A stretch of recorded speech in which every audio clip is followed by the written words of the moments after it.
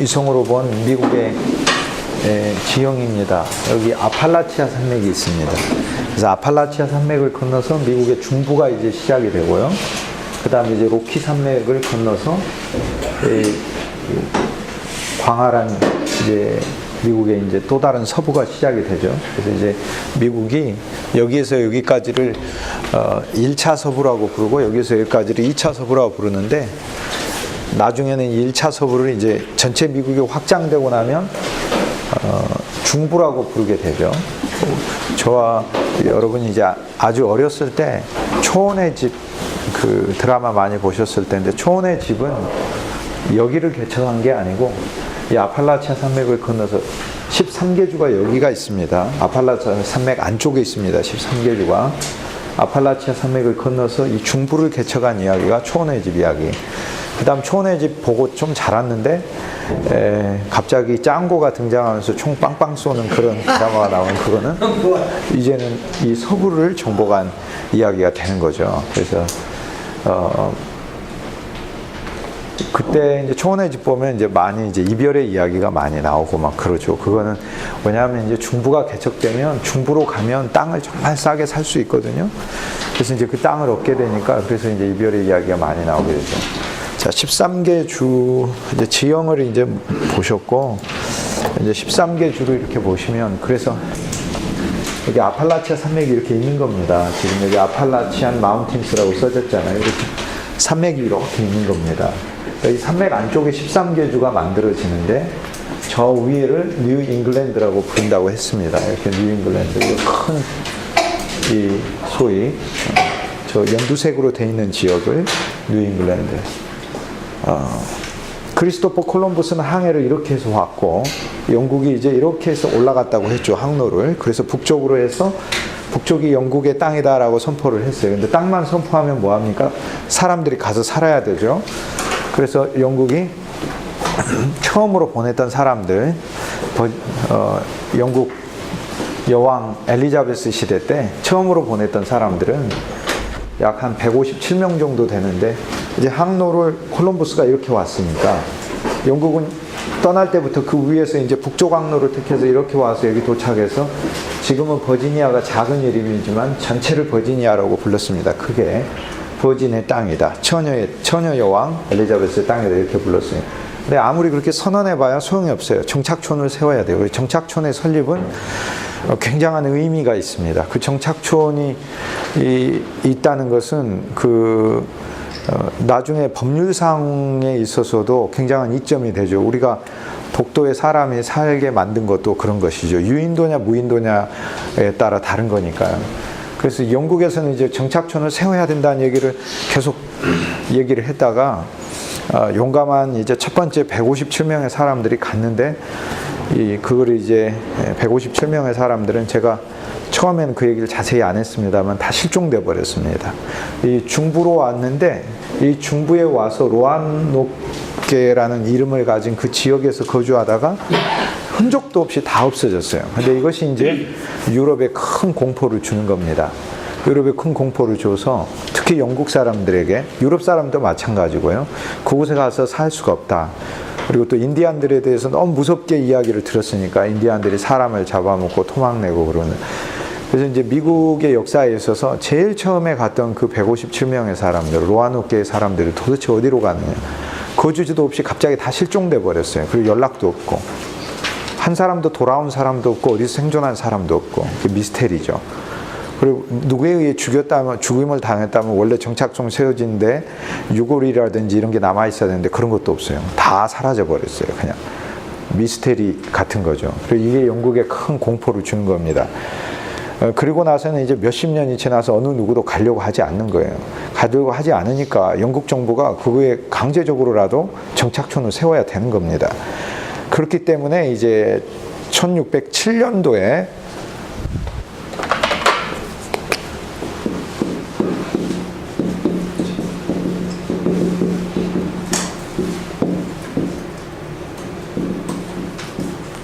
제임스타운이 이 버지니아주 여기에 세워지게 됩니다. 1607년도에 제임스타운. 근데 이 제임스타운을 영국이 세울 때 우리가 보았던 플리무스는 1620년이거든요. 이게 플리무스가.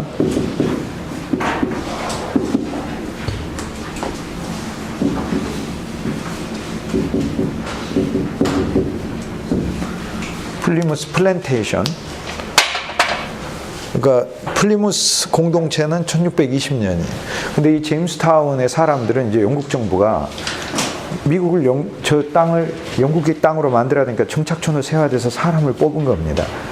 그래서 사람을 뽑으면서 누가 쉽게 가려고 하질 않죠. 그러나 일부는 이제 모험심이 있는 사람도 있으니까 한번 가보겠다. 그러나 여전히 공포가 있는 거예요.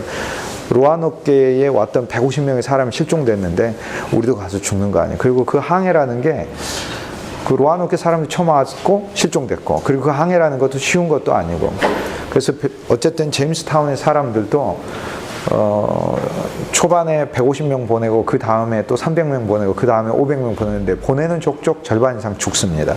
죽고 살다 못해가지고 난 도저히 못 살겠다 하고 도망 나옵니다. 전부 다 제임스타운을 도망 나오고 오는 중에 다시 영국으로 돌아온 사람들도 많이 있고, 하도 도망오고 그만 살겠다 그러니까 먹을 것도 없고, 또 이들이 생각했던 방식의 그런 유럽의 생활이 아니었어요. 자기들이 그곳에 가서 어떤 방식으로 생활해야 될지 그 개척민에 대한 어떤 준비도 안 돼 있고, 일기, 지리, 정보 어떤 것도 안 된 상태에서 이들도 제임스타운 사람들도 어찌 보면은 정말 그 무모하죠. 그렇지만 이 상상하지 못한 환경에 직면하면서 이들은 살지 못해서 결국에 많은 이들이 나오게 되고, 영국 정부가 그래서 할 수 없이 제임스타운을 유지시켜야 합니다. 왜냐하면 미국 한 중심이기 때문에 그래요. 여기를 유지시켜야 하는 거예요.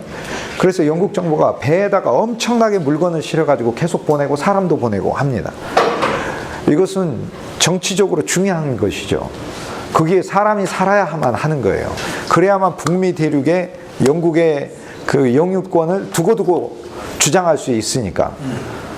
그래서 처음에는 영유권 때문에 이 플랜테이션, 쉽게 얘기해서 우리가 플랜트, 심는 거죠. 플랜테이션이니까 식민지라고 부르는 정착촌이죠. 식민지 정착촌을 플랜테이션이라는 것을 그래서 만들어야 되는 거였죠. 이 땅을 확보하는 문제, 그 땅에 대한 영유권 주장을 위해. 그럼에도 불구하고 이 공동체는 정말 제대로 정착하기까지 한 20년 이상의 그 세월을 필요로 했습니다. 그 과정에서 그 가운데 주민들의 충돌, 싸움, 서로 죽이고, 그 다음에 배고팠을 때는 사람을 먹기도 하고 하는 그 너무나 혐오스러운 일들이 제임스타운에서는 일어났어요. 물론 이 제임스타운 사람들도 신앙인이었고 그 가운데 공동체 교회가 있고 그랬습니다. 그런데 그들은 많은 면에서 이제 자신들의 삶이 그렇게 전개될 줄 몰랐던 거죠. 그런데 제임스타운의 이야기가 영국에 알려지자 사실 영국 사람들은 여전히 이제 공포에 있었던 그런 이 상황에서 제임스타운 이야기까지 이제 전해 들어오니까, 야, 신대륙은 정말 가서 살면 안 돼. 정말 가서 살면 안 돼. 이게 이제 큰 흐름이었다 그겁니다. 지난 시간에 이제 제가 했던 이야기를 약간 이제 다른 각도에서 지금 말씀드리는 겁니다. 왜냐하면 이것이 이제 앞으로 미국에 있어서 미국이 자기네 땅을 이해하는 데 있어서 중요한 어떤 기본 원리가 되기 때문에 그러는데, 그래서 더 공포가 더 커졌어요. 그래서 많은 사람들이 신대륙 아무리 땅을 발견했대지만, 야, 거기 가면 죽는데, 누가 살아 돌아와서 이제 살아 돌아온 사람이 마치 군대 갔다 와가지고, 군대에 이제 옛날에 방위만 갔다 와도 공수특전대 나온 사람처럼 얘기하는 게 이제 우리 습관이잖아요. 그래서 실제 힘들었어요. 힘들었는데 힘든 거에다 더 과장을 막 섞어가지고, 거기 인디안들은 막 키가 우리보다 2배씩 더 크고, 백인이 더 커요. 인디안이 안 크고. 그런데 이제 실제 무섭기는 하죠. 인디안들은 뭐 잡히면은 머리 가죽 벗겨서 죽이고 막 그러 하니까. 그러니까 더 이 제임스타운 사람들의 이야기는 돌아오면 많은 사람들에게, 영국민들에게 오히려 신대륙에 가서는 안 된다는 공포를 또 조장합니다. 그 가운데 이제 영국 내에 있어서 신앙의 자유가 없으니까 국가교회죠. 그래서 우리가 한 5명이 우리가 따로 모여서 성경 공부하자 해도 그 영국은 허락이 안 됩니다. 당시 영국 사회에선. 개인이 성경을 혼자서는 읽어도 모여서 5이 성경을 배울 수는 없어요. 그리고 예배를 따로 드릴 수도 없고 국가에서 목회자를 지명해서 내려보냅니다. 그런데 그 목회자는 공무원이나 똑같기 때문에 성도가 이제 몸이 아파서 와가지고 우리 가족이 몸이 아픈데 기도 좀 해주세요. 그럼 지금 밤에 몇 시인데 지금 연락을 하냐고 이러면서 막 그러고 그래요. 그리고 또 어떤 성도가 와서 제가 마음에 큰 상처를 입어가지고 너무 괴로운 일이 있어서 그런데 기도 좀 해달라고 그러면 목회자가 하는 말이 요즘 어디에서 유럽 본토에서 프랑스에서 들어온 좋은 포도주가 있는데 그거 먹고 잠자면 된다고.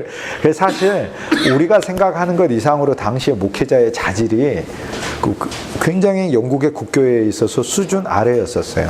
당시 그 목회자들을 놓고 이제 시험을 치잖아요. 시험을 치면 어떤 문제가 나오냐면 예수님의 어머니가 누구인가 이렇게 문제가 있어요. 그러면 30%가 답을 못 썼어요. 예수님 어머니가 우리가 기독교하고 아무 상관없는 사람도 마리아라는 걸 알고 있는데 영국교회 사제가. 근데 더 이제 그 심각한 것은 주기도문은 누가 가르쳐준 기도인가에 답을 못 쓰는 거예요. 주기도문이라고 돼 있는데도 불구하고 주기도문을 누가 가르쳐요? 1번 예수, 2번 바울, 3번 베드로, 4번 요셉 이러는데 무려 10% 이상은 예수라고 답을 못하는 거예요. 그게 사제들이어서.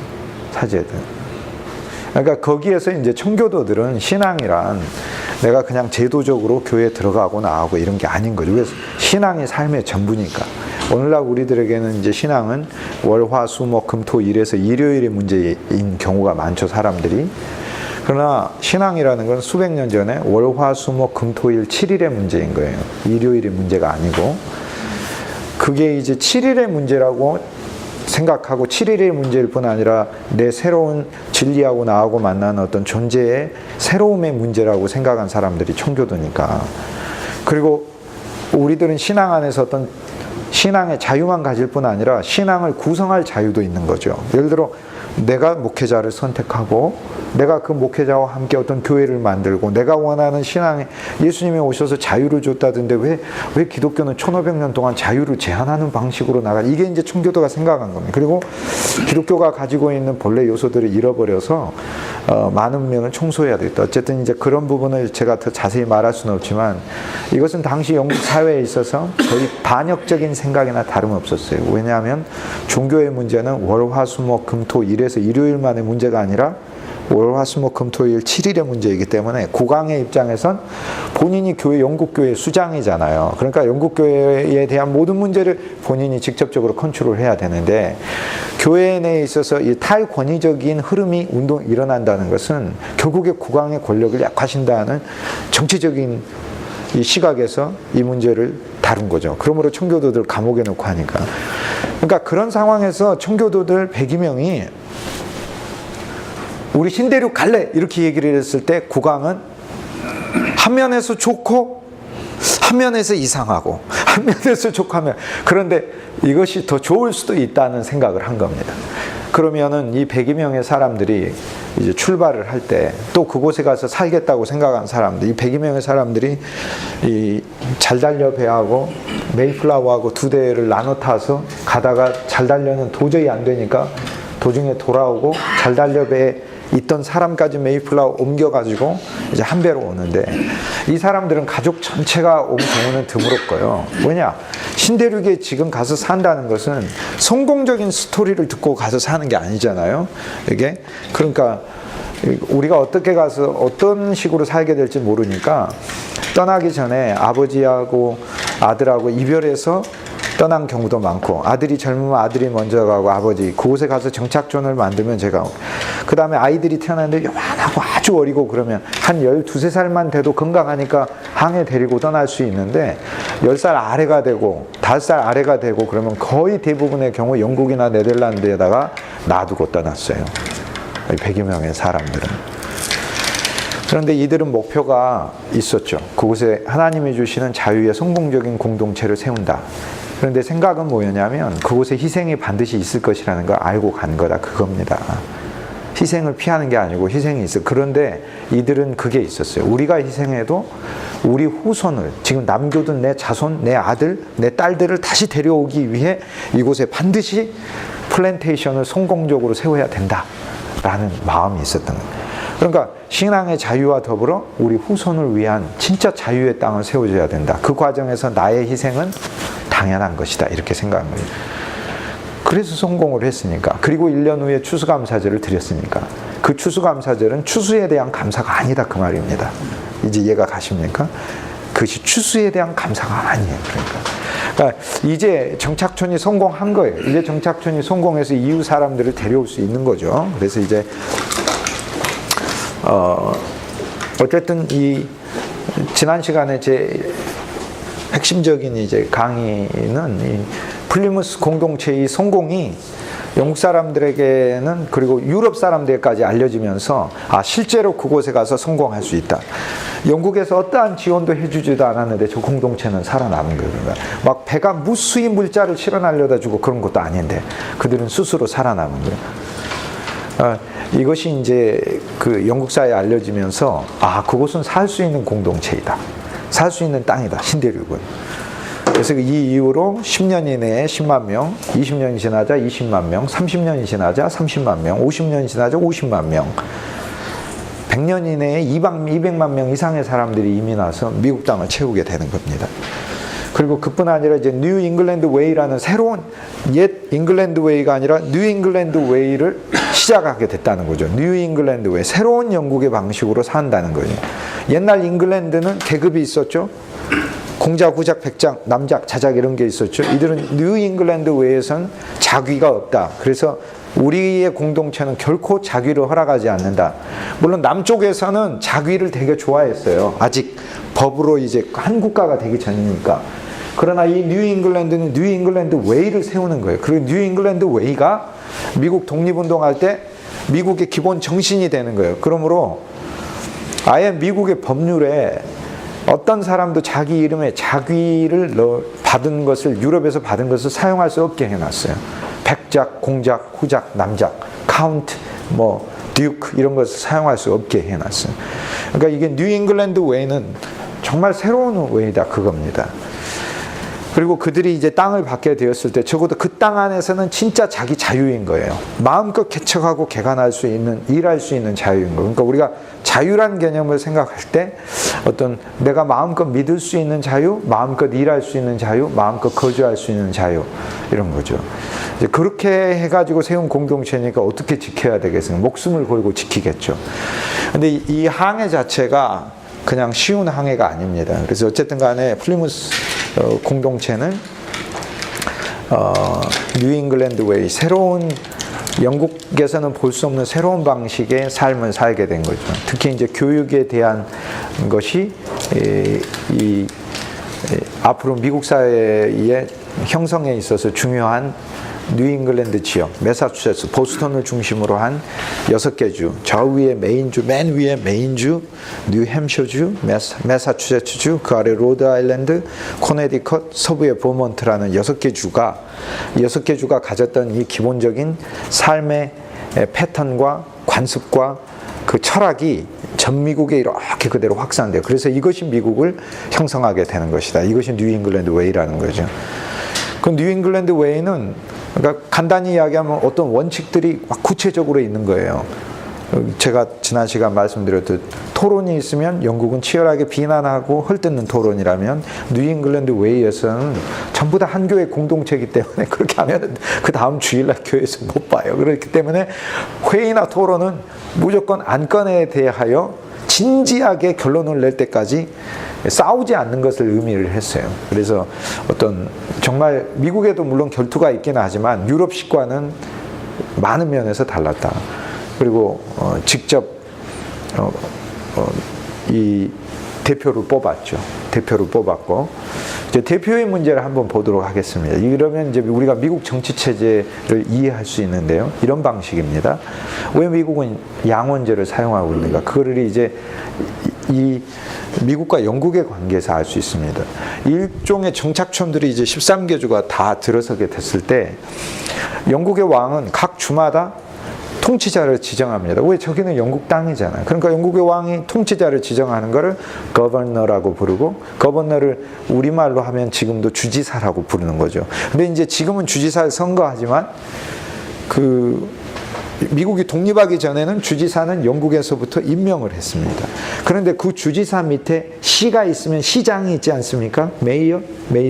그 시장은 자체로 선출할 수 있겠습니다. 그러니까 시장은 이제 그 구체적인 작은 시의 문제들을, 그러니까 우리 충남으로 하자면 충남도지사는 대통령이 임명을 했다, 이렇게 얘기를 할 수 있고, 시장은 지방자치로 선거를 했다, 이렇게 말을 할 수 있는 거죠. 그게 뉴잉글랜드의 패턴이었습니다. 그러면 이제 거버너는 주 전체의 문제를 관할하기는 하지만 구체적인 건 각 시마다 시장이 있는 거고요. 그러니까 거버너가 시장을 임명하지 않습니다. 이게 뉴잉글랜드 웨이입니다. 영국에서는 안 그렇습니다. 수직적으로 전부 다 임명을 했는데, 뉴잉글랜드 웨이에서는 거버너는 영국에서 임명하지만 각 메이어들, 시의 시장들은 각 타운에서 선출을 했기 때문에 이미 풀뿌리 민주주의가 점점 자라난 거죠. 그러니까 독립하기 전까지 무려 150년 동안 그 민주주의 훈련이 이제 정말 잘 된 거죠. 그러면 여기에서 이제 문제가 생깁니다. 거버너는 왕이 임명을 했기 때문에 와서 통치를 할 때 백성을 대변하기보다는 왕을 대변합니다.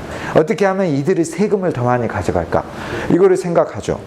이들은 이곳이 플랜테이션이라고 생각해요. 플랜테이션. 제가 이 단어를 쓴 이유가 있어요. 이들은 이곳이 플랜테이션이에요. 플랜테이션은 뭡니까? 영국에서 식민지를 만든 거예요. 식민지를 이식시킨 거예요.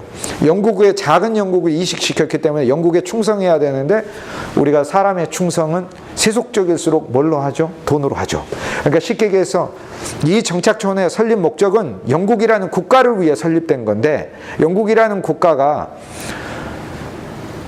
실제 잘 살 수 있도록 세금 많이 내기 위한 일종의 아주 기초 노동력을 제공하는 농장지역, 아니면은 그런 어떤 노예들을 데려다가 거기에서 많은 어떤 물품들을 생산해내거나 수렵을 통해 가지고 많은 가죽들을 가져가는 그런 기본 원자재를 제공하는 지역, 이런 정도로 영국은 늘 생각하고 있었죠, 미국은. 그런데 여기 이 생각의 사고에 정면으로 도전한 사람이 바로 뉴 잉글랜드다, 그 말입니다. 왜냐하면 이들은, 청교도들은 뉴 잉글랜드이기 때문에 플랜테이션이 아니라고 봤다, 그 얘기죠. 이곳은 아무리 영국이 플랜테이션이라고 봐도 여긴 플랜테이션이 아닌 거예요. 플랜테이션이 아니고 이곳은 카먼웰스인 거예요. 우리의 공동 재산인 거예요. 그러면 여기에서 거버너는 와서 영국 왕을 대리하여 지금 자꾸 영국 왕의 입장에서 세금도 더 많이 거두려고 하고, 그러니까 백성 편에서 잘 서지 않게 되죠. 그런데 메이어들은 다 쪼개져 있잖아요. 메이어들은 다 쪼개져 있는데, 그러면 누군가가 백성을 대표해서 영국 왕을 만나야 되지 않습니까? 그래서 각 주마다 백성을 대표하는 사람을 뽑습니다. 그래서 백성을 대표하는 사람 뽑아서 이 백성을 대표하는 사람이 영국 왕을 찾아가서 만나게 되는 거죠. 그리고 주지사를 만나게 되는 거죠. 그래서 이것을 뭐라고 부르냐면은 하원이라고 부르는 겁니다. 하원. 그래서 House of Representative 이렇게 부르죠. 미국의 하원을 House of Representative.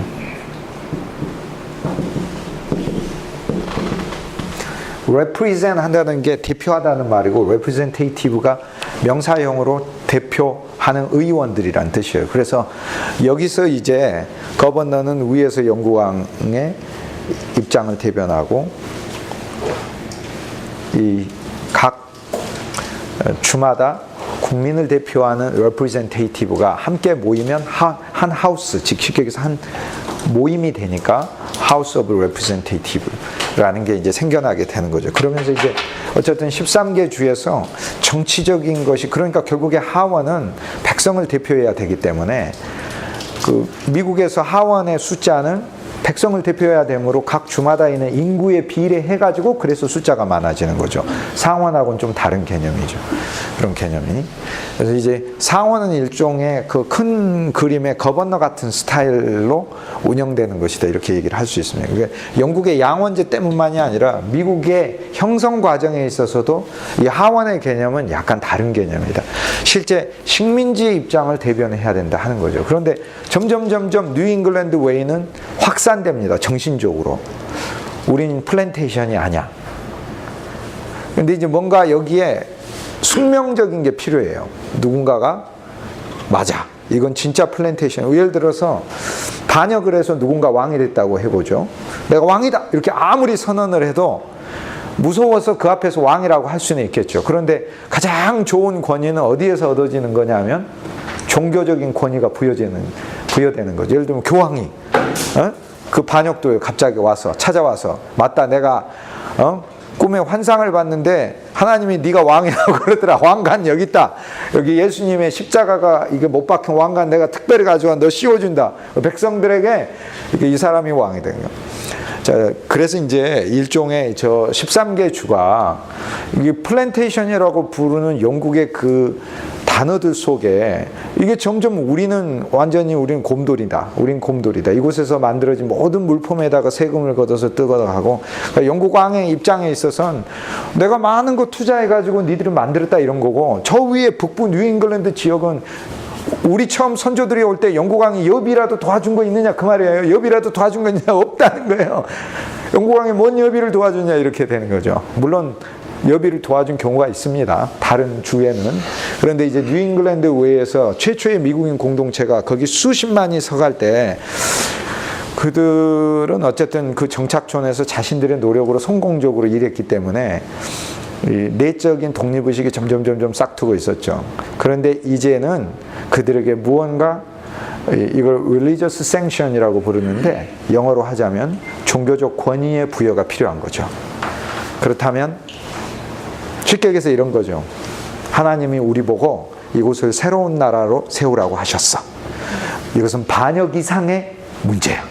이것은 새로운 나라를 세워야 하는 거야. 라는 이 동력을 누군가가 주면 이제 첫 번째 내적으로는 이제 동기가 된 거죠. 그럼 외적으로는 하나 더 필요해요. 실행에 옮길 수 있도록 핍박을 받아야 되는 거죠.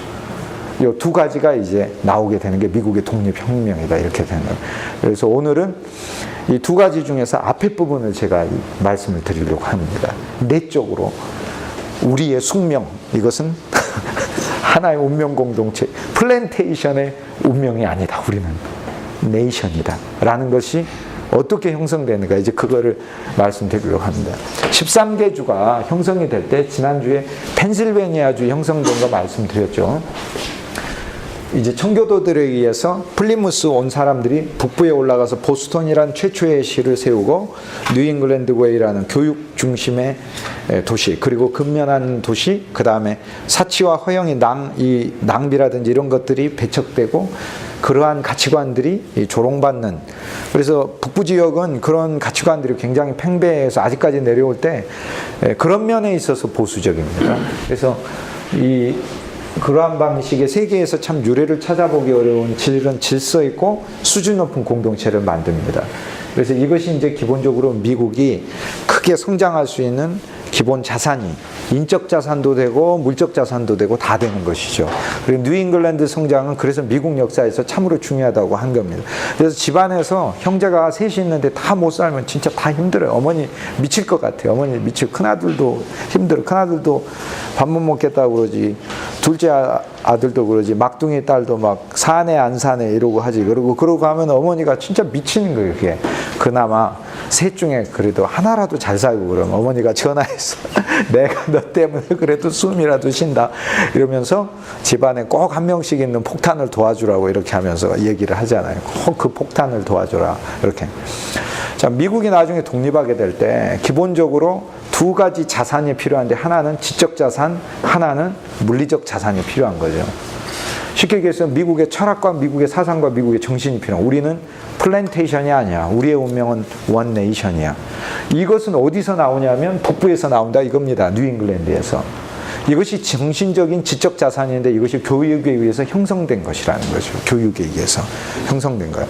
그러니까 교육이 이제 얼마나 중요하냐면 우리가 어려울 때 교육이 없으면 정말 열심히 일하면서 목표는 뭐예요? 내가 돈 많이 벌어서 남한테 떵떵거리고 살아야지 이렇게 생각하는 거고 교육이 우리에게 들어오게 되면 내가 열심히 일해야 되는 이유는 남한테 떵떵거리기 위한 것이 아니라는 것을 깨닫는 것이죠. 단지 가난을 탈출하기 위한 것이 아니라는 걸 깨닫는 어떤 다른 목표가 이제는 나를 드라이브해서 나가게 되는 거죠. 이제 그런 거하고 유사하다 이렇게 생각하시면. 그래서 북부 뉴잉글랜드 지역이 미국 사회에서 차지하는 그 비중은 단순히 최초 그리고 어떤 종교적인 어떤 그 공동체 이런 것들만이 아니라는 거예요. 그들이 세운 기본적인 그 가치관의 그런 그 공동체가 미국 전역으로 확산되었을 뿐만 아니라 나중에 미국이 태동할 때 정신적이고 지성적이고 철학적인 기본 자산이 되는 곳이었다 이렇게 되는. 그 물리적인 것을 제공하는 건 어디냐? 중부입니다. 버지니아하고 펜실베니아가 정말 자자하기 때문에 하는 곳이다. 이렇게 내려오면서 이제 펜실베니아 주는 북부주에서도 자유로운 곳이 있었는데 로드 아일랜드 이렇게 작습니다. 그런데 펜실베니아 보세요. 우리나라보다도 무려 2배 이상 큰, 3배 가까이 큰 저렇게 큰 땅을 윌리엄 펜이 국왕으로부터 받아서 전 유럽에다가, 영국뿐 아니라 전 유럽에다가 홍보했어요. 누구든지 펜실베니아로 오시오. 무료로 내가 땅을 주겠습니다. 매칭 페이먼에서 당신이 가지고 있는 돈만큼만 지불하시오. 그러면 그 땅에다가 그 땅에 몇 배 되는 땅을 무조건 할당해서 여러분에게 주겠습니다. 여기 있는 동이면 여기 있는 동, 뭐 신부동이면 신부동 사이즈 하나, 안소동이면 안소동, 두정동이면 두정동 사이즈만한 땅을 받을 수 있으니까. 그러니까 사실상 이 지구에 있어서 오기만 하면 땅을 정말로 줄 수 있는 그런 천국 비슷한 그런 곳이 미국의 펜실베니아에서 실제로 있었어요. 실제로. 그래서 이제 그것을 구현해낸 인물이죠. 윌리엄 펜이. 그렇기 때문에 그 펜실베니아 성립이라는 건 미국 역사에 있어서 참으로 독특하죠. 이 펜실베니아가 미국의 형성에 어떤 기여를 했냐면 유럽에 정말 좋은 홍보 수단이 됐습니다. 아, 그곳에 가면 정말 땅을 준대. 근데 유럽은 종교전쟁이 일어나서 1616년에서 30년 전쟁이라고 부르니까 1616년에 종교전쟁이 일어나거든요. 유럽 전역에. 그럼 1616에 종교전쟁이 일어나니까 30년 전쟁이 일어납니다. 언제 끝났겠습니까? 이거 퀴즈인데. 30년 전쟁이니까 1646년. 30년 전쟁이라 46년에 끝납니다. 30년 동안 종교가 나뉘어서 수백만이 죽어갈 때 그들은 야, 저 미국 땅에 가면 우리의 땅이 있다. 그래서 유럽 대륙에 있어서도 수십만 명이 미국으로 이민을 오게 되는 거죠. 펜실베니아 주 가서 살면서 저곳에서 정말 자유의, 말 그대로 자유라는 것이 물리적으로 인류 역사에 있어서 이렇게 많은 사람들에게 실제적으로 진짜 자유가, 정신적 자유 말고도 자기가 일할 수 있는 자유, 자기 땅을 소유할 수 있는 자유, 그것이 있었던 시대가 있었을까? 그렇다면 역사에서 적어도 2000년 동안 저는 지금 이 시대가 가장 분명한 시대였다. 그렇게 얘기할 수 있어요. 그건 진짜 그런 시대. 근데 그 시대를 누가 냈느냐? 윌리엄 펜 같은 사랑의 정신을 가진 그런 참된 신앙인의 그 행함에 의해서, 선행에 의해서 이런 결과가 나왔다는 거죠. 그건 놀라운 거죠. 근데 여기서 또 하나 알아야 될 건 윌리엄 펜은 퀘이커 교도입니다. 소수파입니다. 그러니까 소수파 신앙 중에 평화와 사랑을 좋아하고 그들의 선행을 보고 예수님이 그들의 열매를 보고 그들을 알지니 그랬으니까 말보다는 진짜 그들의 행함 속에서 선행이 나오는가를 보고 사실 기독교는 그 나무에 대해 말을 해야 될 필요가 있습니다. 잎사귀와 그 꽃만 보고 이것이 잘못됐다, 잘됐다 이렇게 얘기하면 안 되고, 그래서 퀘이커 교도들은 영국에서 유럽 땅에서는 정말 소수이고 소수일 뿐 아니라 심지어는 이단으로까지 지칭되는 그룹이었지만 세계 역사에 있어서 지대한 영향을 끼치게 된 거죠. 윌리엄 펜에 의해서 저 펜실베니아 주의 성립은 미국에서 가장 부유하고 가장 강력한 주의 등장이다 이렇게 얘기할 수 있습니다. 그리고 말 그대로 미국의 앞으로의 변치 않는 가치, 프리덤, 자유를 실제적으로 정말 실현한 것이죠. 북부 뉴잉글랜드는 정신적 자유였죠. 그런데 예를 들어 생각의 자유, 신앙의 자유였죠. 그런데 신앙의 자유가 우리들 신앙의 자유라는 제한적 개념이라면 펜실베니아주는 우리들 신앙이 아닌 거예요. 어떤 신앙을 가지고 있든지 다 용인되는, 말 그대로 자유 개념이 커졌고, 그리고 일할 수 있는 자유, 마음껏 활동할 수 있는 자유, 이것이 다 있는 거죠. 그래서 이제 우리가 이 펜실베니아의 등장은 또 미국의 역사에서 또 다른 큰 기능을 했다 이렇게 얘기할 수 있습니다. 그 자유가 물리적으로 사람들에 의해서 체험되고 느껴졌던 것, 저 광활한 땅에 저 수십만 명의 정착민들이 가서 황무지 그리고 수많은 잡초로 덮여있는 그 임야들을 농장으로 개척하고 그것을 바꿔가는 그들의 역사는 말 그대로 살아있는 개척의 역사죠. 이들은 사실 배를 타고 건너올 때 보통 항해가 짧아야 40일이고 길면 60일입니다. 배를 타고 올 때요. 이 배가 엔진 달고 오는 배가 아닙니다. 그렇기 때문에. 그래서 바람을 타고 오기 때문에, 그리고 당시 항해 성공률은 70% 정도. 그러므로 30%는 배가 많이 풍랑을 맞이해가지고 배가 파괴되고 실제로 죽기도 하고, 그래서 여전히 항해 성공률은 70% 정도에 머물고 있었어요. 그 이후로 많은 배들이 이렇게 오잖아요. 근데 항해 성공률은 70%. 왜냐면 파손돼가지고 죽은 배들의 보고들이 그 정도 되기 때문에 그래요. 근데 이들은 정말 목숨을 걸고 40일 동안에 그 목숨을 걸고, 우리 강의실이 이제 한 10m 정도 되니까 우리 강의실 2칸 정도 되는 대부분의 그런 배들을 타고 왔고, 귀족들이 타고 올 때는 이제 요즘도 이제 그래도 큰 차 타시는 분이 있고 작은 차 타시는 분이 있고 이러듯, 큰 차 타면 잘 달리죠, 그죠? 예, 잘 달리죠. 그런데 작은 차 타신 그 귀족들은 건너올 때 작은 배 타면은 위험하잖아요. 그리고 귀족들이 타는 배는 사이즈 컸습니다. 40m 이상 50m 정도예요. 그러니까 우리식으로 하면은 이제 아주 큰 거죠. 정말 급이 다른 거죠. 그러나 일반 사람들이 왔을 때 그 배는 기본적으로 30m 사이즈 배입니다. 32m. 청교도들이 32m 배를 타고 왔고, 많아봐야 35m 이 정도예요. 귀족들은 40m, 50m 사이즈 배를 타고 오거든. 근데 그 10m가 3분의 1이 더, 근데 뭐가 3분의 1 더 있다는 것은 배가 그만큼 덜 흔들린다는 것이고, 파도나 태풍을 더 견딘다는 것이거든요. 그러니까 실제로 그때는 뭐 거대한 타이타닉 같은 배가 있어 1등석, 2등석, 3석 이런 구분이 있는 것이 아니고, 말 그대로 1등석이다 그러면 50m 배고, 2등석이다 그러면 40m 배고, 3등석이다 그러면 30m 배인 겁니다. 3등석을 탔다는 이야기는 30m 배를 탔다는 건데, 그건 치사율 30%를 기본적으로 갖고 있는 거다. 50m 배를 타면 치사율이 한 10% 정도로 확 떨어진다, 이렇게 얘기를 할 수 있는 거죠. 40일이 넘는 항해를 하고 왔어요. 그러니까 죽음을 대부분 통과해서 온 거죠. 물론 뉴잉글랜드 사람들은 죽을 걸 알고 갑니다. 우리 중에 일부라도 살아남아서 정착촌을 세워서 남은 가족들을 이 자유의 우리가 만든 작은 공동체 안으로 데려올 수 있다면 우리는 희생할 수 있다라고 믿은 게 뉴잉글랜드 사람인 거고, 플리머스 청교도들인 거고. 그러니까 그것이 1년 후에 열매를 거뒀을 때 그 열매는 무엇을 뜻하겠습니까? 와, 농사 잘 됐네, 이런 게 아니라는 거죠. 그것이 아니라는 거예요. 이것은 앞으로, 근데 그들도 예상을 못했죠.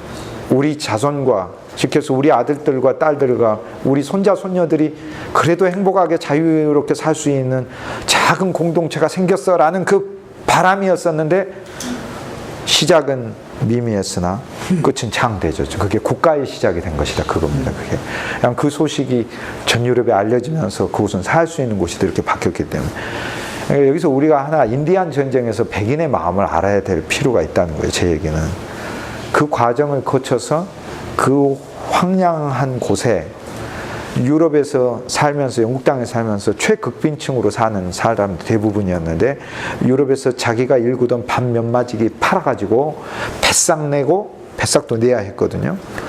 뱃삭 내고 와가지고 일부 남은 돈 가지고 식민지 정부에다가 땅 면장을, 등기부 등본 면장을 보러 받아서 거기에 써줬어요. 어디 한참 말 타고 어디 방향을 향해 걸어가면 그 부근에 말뚝이 하나 박아져 있는 그 말뚝 주위로 네가 하루 종일 걸어갈 수 있는 땅이 바로 네 땅이다. 그리고 펜스 쳐서 해라, 이렇게 되는 거예요. 그렇게 해서 땅을 일궈서 가지고 있어요. 근데 어느 날 인디안의 말발굽 소리가 막 휘말리고 이렇게 하면서,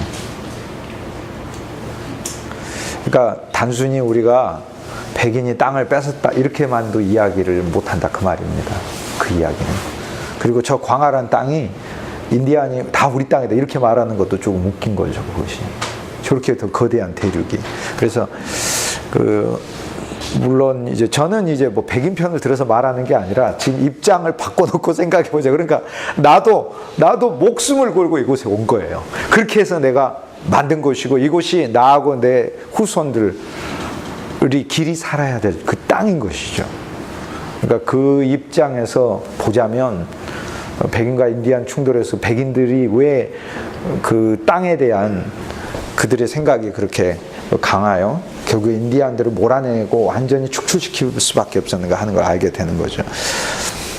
그래서 이제 버지니아 주는 영국 정부가 직접 관할합니다. 그래서 아주 부강한 주가 됩니다. 물품이 들어올 때 일이 제일 많이 들어오는 거죠. 그래서 아주 부자들이 많이 있고, 지금도 이제 뭐 대대손손 200년이 지났지만 아주 부자 가문들이 버지니아 주에 많이 있게 되고요. 그 다음에 이제 캐롤라이나 주는 귀족들이 와서 이곳에서 정착촌을 세웁니다. 그런데 이곳의 사람들이 이 중부가 그래도 괜찮았어요. 그런데 남부 지역은 정착촌을 초기에 이제 설립하는데 어려움을 많이 겪어가지고 이곳은 이제 다른 주들보다 13개 주들 중에서 제일 인구수도 작고 이렇게 뒤늦게 정착촌이 이제 활성화되었습니다.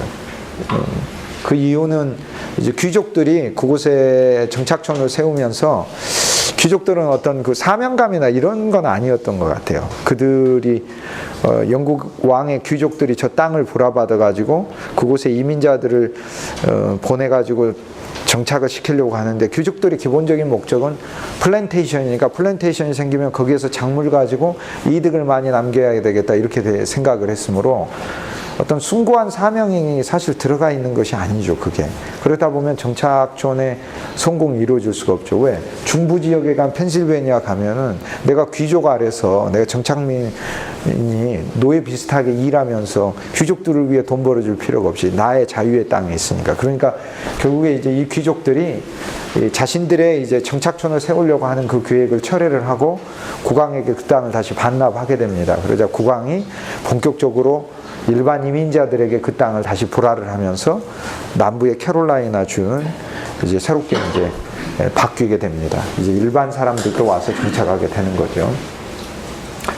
여기에 이제 메릴랜드 주라는 것이 이제 13개 주 중에 이제 하나 있는데, 메릴랜드 주를 우리가 이제 살펴볼 필요가 있는데, 메릴랜드 주는 영국의 이제 귀족 가문 중에 캘버트라는 귀족 가문이 있었는데, 영국은 종교 개혁을 했죠. 종교가 바뀌었죠. 카톨릭에서 이제 영국의 국가교회라는 시스템으로 바뀌었어요. 그런데 캘버트 경은 카톨릭 신앙을 유지하고 있었습니다. 그런데 이제 영국 왕을 찾아가서 영국 내에서 이제 카톨릭 신앙이 많이 핍박받았는데, 영국의 찰스 국왕은 이 카톨릭 신앙에 대해서 호의적인 사람이었어요. 그래서 이제 그 캘버트라는 이제 귀족이 미국에 있는 땅 일부를 국왕이 이 땅을 허락을 해주시면 이 땅에 우리 카톨릭 교도들이 가서 공동체를 세우겠다 그럽니다. 그러니까 영국 왕의 입장에서는 영국의 미래를 봤을 때 굉장히 좋은 일이었어요. 왜요? 곳곳에 공동체가 세워진다면 결국에 나중에 이것은 정말로 거대한 영국 국가의 또 다른 이제 확장이 되는 거죠. 그리고 내 수입이 많아지는 거죠. 그 공동체가 생겨서 거기에 작물이 얼마 생기면 국왕에게 세금을 얼마 바치겠습니다. 이렇게 되니까 국왕 입장에서는 좋은 거죠. 그래서 좋다. 그러면 카톨릭 교도들이 가도록 내가 허락을 해주겠다. 그래서 이제 캘버트 경이 카톨릭 교도들은 영국 땅에서 청교도처럼 똑같이 핍박받았었어요. 영국의 국가가 개혁돼 있었으니까. 그래서 카톨릭 교도들에게 자유롭게 신앙생활을 할 수 있는 땅을 미국에서 마련해 줍니다. 그게 메릴랜드입니다. 그래서 국왕의 부인 이름이 메리였는데, 국왕의 실은 엄밀히 하면 국왕의 어머니였어요. 찰스 2세의 어머니, 찰스 1세의 부인이 메리였는데, 국왕의 어머니의 이름을 따서 국왕의 어머니의 이름으로 그 땅을 우리가 불러드리겠습니다. 그래서 메릴랜드, 메리의 땅이다. 메리 왕후의 이름을 따서 메릴랜드라고 부르게 됐습니다. 그래서 이제 메릴랜드는 미국 사람에게 있어서는 원래 이름이 영국의 국왕의 그 허락을 해준 국왕의 어머니의 이름을 따서 메리였는데, 청교도의 북부 사람들이 보기에는 물론 그 역사는 알지만은 이제 약간 비꼬는 조롱하는 말로, 왜 카톨릭 교도들이 많이 살아서 조롱하는 표현으로 그 땅을 불렀습니다. 그 땅이 마리아랜드다. 마리아를 이제 신앙은 카톨릭 교회를 의미하는 거죠. 그래서 마리아랜드다 이렇게 얘기를 하죠. 그런데 이제 메릴랜드의 정착촌의 설립은 미국 역사에서 또 다른 의미가 있습니다. 그 뭘 의미합니까? 미국이 개신교의 나라이긴 하지만 저곳에서 카톨릭이 자유롭게 신앙생활을 할 수 있는 한 영역을 갖게 되므로 명실상부한 진짜 종교의 자유가 있는 나라가 된 것이죠. 그러니까 결국에 유럽에서는 30년 전쟁을 하고 싸우고 있는데 미국에서는 종교로 이제 더 이상 싸우지 않아도 되는 그러한 이제 세계가 펼쳐지고 있었다. 그래서 이제 메릴랜드는 그 면에 있어서 좀 중요한 곳이다. 이제 여기가 메릴랜드입니다. 여기 체사피크만 아니고 이렇게 나와 있는 이곳에 이제 메릴랜드 주가 서게 되어 있습니다. 마지막 13개 주 중에서 제일 마지막으로 이제 생겨난 게 바로 이 조지아 주입니다. 조지아 주. 조지아 주는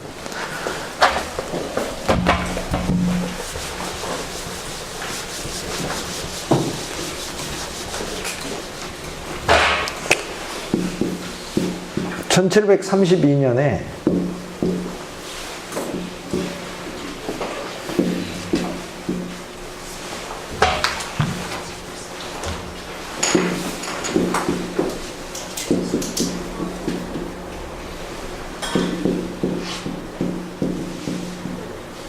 제임스 오글토피라는 영국의 장군이 있었어요. 근데 퇴역을 하고 나서 이 사람도 이제 참 좀 신실한 크리스찬이었는데 영국의 당시 상황이 감옥에 죄수들이 너무 많았습니다. 조그만 돈을 갚지만 못해도 이제 영국의 감옥에 갇히게 됐고, 그래서 이제 당시 영국 교회 같은 경우는 감옥 선교를 하는 착한 사람들도 많이 있었죠. 그래서 제임스 오글토피는 영국의 감옥에 이 감옥이 이만한 사이즈에 막 한 30명씩 집어넣어 놓았어요. 그 중에 한 명 전염병 생기면 모두 다 죽고 이러게 된. 너무 비참한 환경을 보고 국왕을 찾아갑니다. 찾아가서 이 광활한 미국 땅을 국왕께서 그대로 두시면 너무 낭비가 심하지 않습니까? 땅 일부를 저희들에게 허락을 해주시면 제가 이 가난한 빚을 못 갚은 그런 죄수들, 그러니까 뭐 살인범 이런 사람 말고 그 사람들을 데리고 가서 미국 땅에서 정착촌을 세우겠습니다. 이렇게 얘기를 해요. 그런데 국왕이 이제 어느 땅으로 가겠느냐 그러니까 13개 주에서 이 아래 땅, 이 조지아주 지역을 제임스 오글토피 장군이 이야기를 했어요. 이곳에 가겠다고 한 거예요. 국왕 입장에서는 정말로 좋았어요. 왜냐하면 플로리다 지역이 당시 스페인이 장악하고 있었거든요. 그러니까 여기 맨 끝에 이 오거스타라고 하는 도시가 있어요. 그 스페인이 세운 곳이에요. 그러니까 13개 주가 여기까지 포함한 게 아니고 여기는 스페인 땅입니다. 나중에 미국이 이 땅을 차지하게 됩니다만 13개 주가 있을 때는 여기는 스페인 땅이라 이곳을 그대로 비워두면 스페인이 위로 올라올 수 있다고 보는 거예요. 근데 제임스 오글토피 장군이 여기 가가지고 정착촌을 세우겠다니까 국왕은 정말 좋았어요. 좋았는데 이제 국왕은 이제 거기에다가 거기 가는 사람들이 죄수들이 돈이 없다면서 미국에 갈 수 있는 그런 여비가 있느냐? 빚을 못 갚아서 감옥에 있는데 여비가 어디 있어요? 없지. 국왕이 많은 사람들 돈을 내줍니다. 그러니까 국왕 입장에서는 조지아 2세인데 착한 일을 한 거죠. 그러나 국왕 입장에서는 다른 면으로 생각하면 빨리 그곳에 정착촌이 세워져야 되기 때문에 빨리 여비를 마련해라. 그래서 배싹을 지불해줘라. 그래서 그들이 배를 타고 가서 살게 하는 겁니다. 1732년에 가가지고 사바나라고 부르는, 이제 사바나가 인디안 말로 남쪽이라는 뜻인데 이제 사바나라고 부르는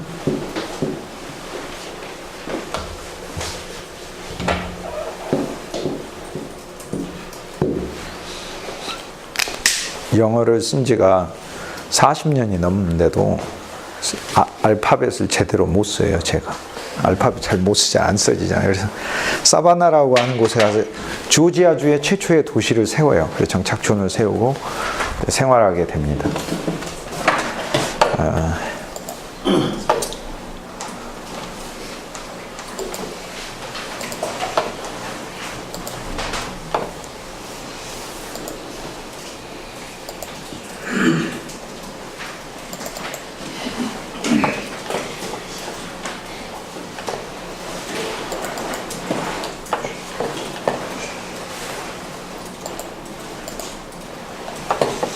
이 조지아주의 최초의 도시 사바나에 가면 제임스 오글토피 장군의 동상이 광장 한가운데 서 있습니다. 이제 조지아주도 여러분 언젠가 가보실 겁니다. 100세 시대라 여러분은 세계를 다 다니시게 되고 거기 가면 이 동상을 보게 돼 있습니다. 워낙 유명한 사람이라, 각 주마다 유명한 사람이라. 그래서 이 장군이 수백 명의 그 가난한 사람들을 이끌고 국왕의 후원을 받아가지고 정착촌에 왔습니다.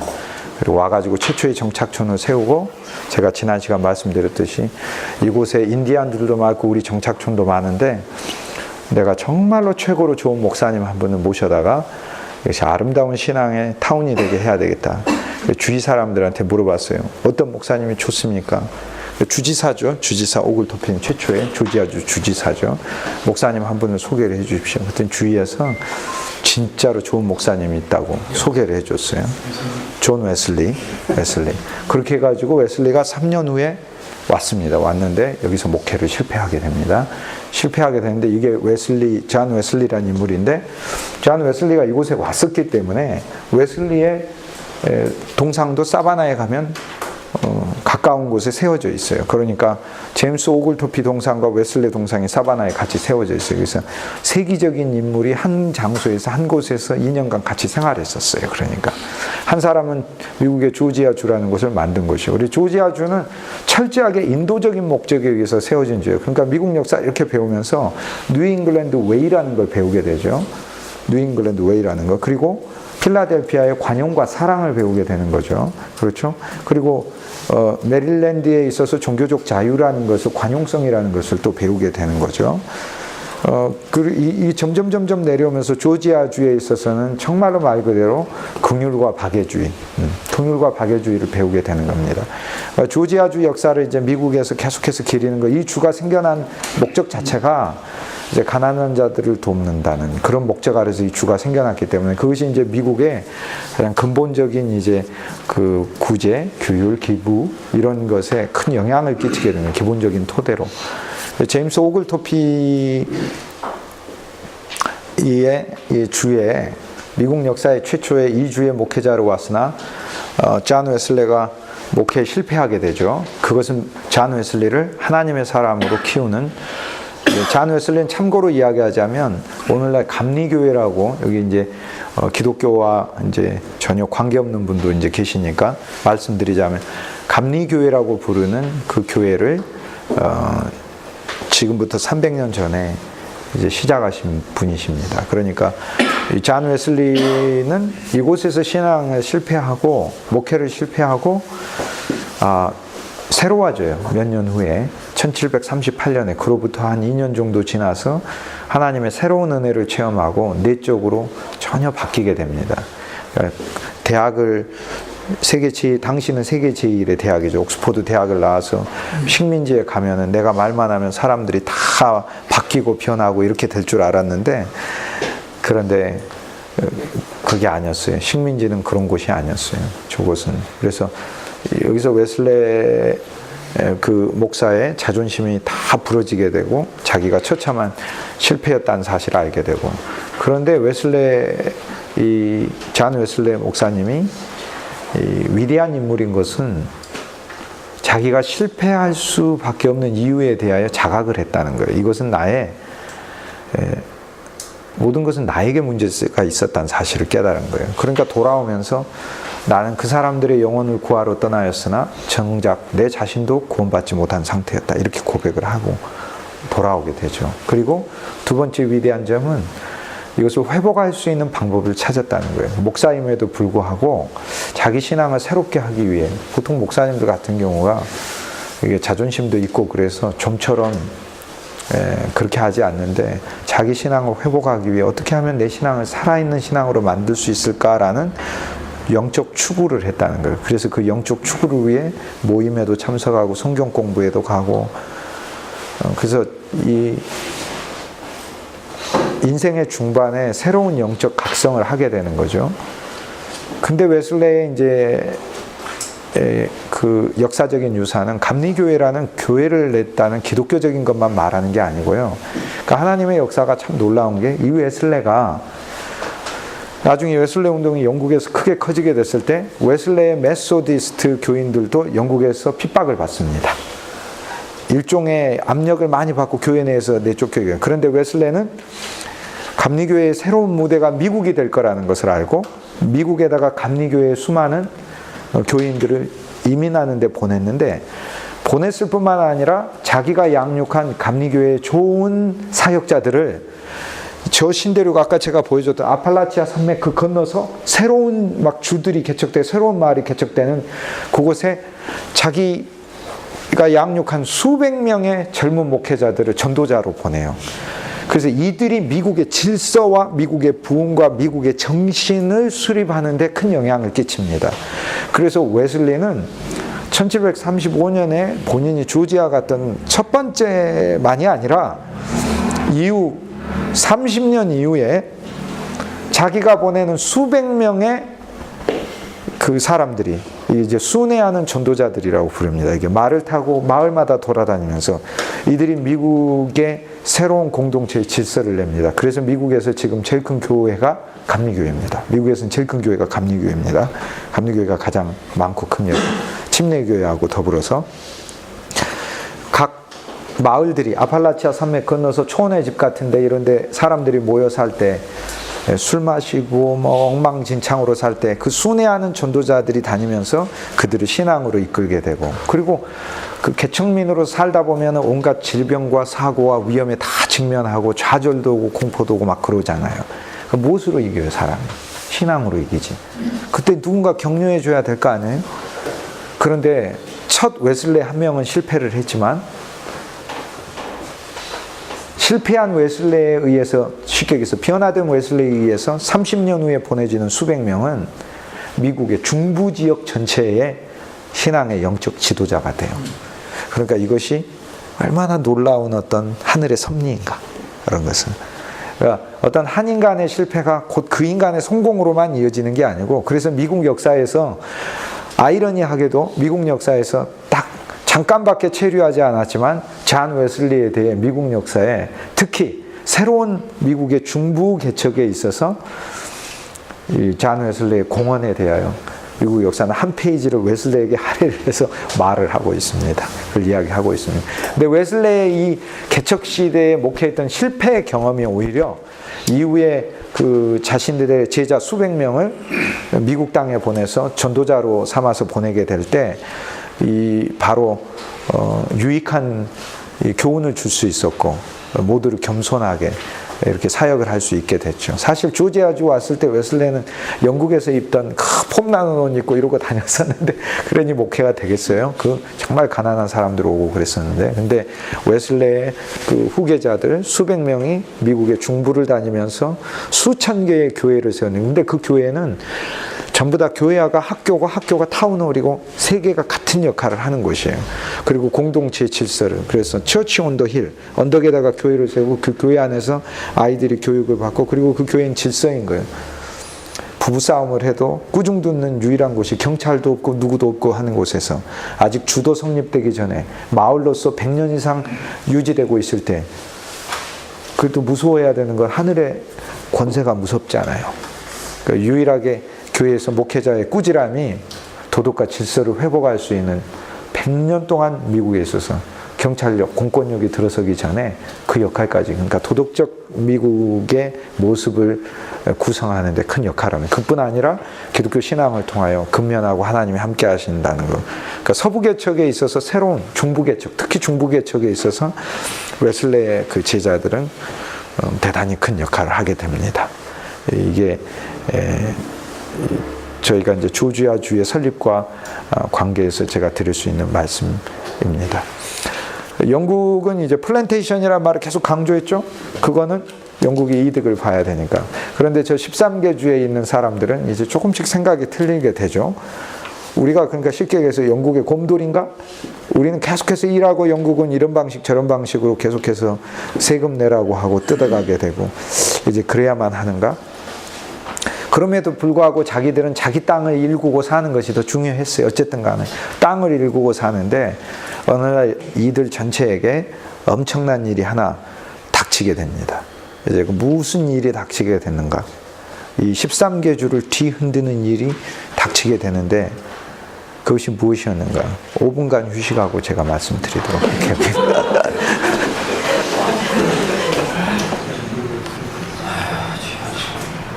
메릴랜드 주에 세인트 메리 칼리지라는 학교가 있는 곳인데 메릴랜드 주 외곽에 있습니다. 근데 너무 아름다운 곳이죠. 미국 중부의 워싱턴에서 쭉 차를 타고 내려오다가 이곳을 구경하면 너무 아름답습니다. 메릴랜드 사진 하나 제가 그래서 소개하기 위해서 가져왔습니다.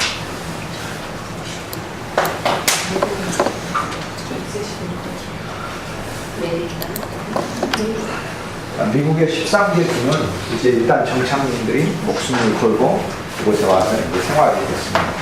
숭고한 이상을 가졌든 아니면 내가 생존해야 되겠다 이런 생각을 가지든 다 마찬가지 귀중한 동기이죠. 인간의 생존보다 아름다운 건 없습니다. 생존해야 되겠다는 것 자체가 아름다운 것입니다. 2000년 전에 세계적인 역사학자 요세푸스가 인간은 이 세상에 두 가지 목적을 가지고 태어나다. 첫째, 생존하기 위하여. 두 번째, 하나님이 주신 목적을 이루기 위하여 태어나다. 이렇게 얘기를 했습니다. 첫째는 우리 생존하기 위해 태어났습니다. 누구든지 생존하기 위해 몸부림치는 것을 욕할 일은 없습니다. 생존처럼 아름다운 것이 없습니다. 어쨌든 미국의 많은 사람들이 숭고한 동기에 온 사람도 있지만 생존하기 위해 그곳에 왔고 결국 그들은 생존했습니다. 근데 문제는 인간이 생존에 그치면 요세푸스가 말한 그 사람의 존재의 목적이 아닌 거죠. 내가 존재하는 목적이 무엇인가? 그것을 이제 하늘이 준 목적을 발견하여 그 목적 아래서 사는 그것이 이제 인간의 가장 아름다운 또 다른 모습인 거죠. 여기에 많은 이민자들이 와서 살면서 자기 땅들을 받게 됐습니다. 여기 아팔라치아 산맥이 있어서 산맥 넘어서도 이제 사람들이 그곳에 가서 생활하게 됐습니다.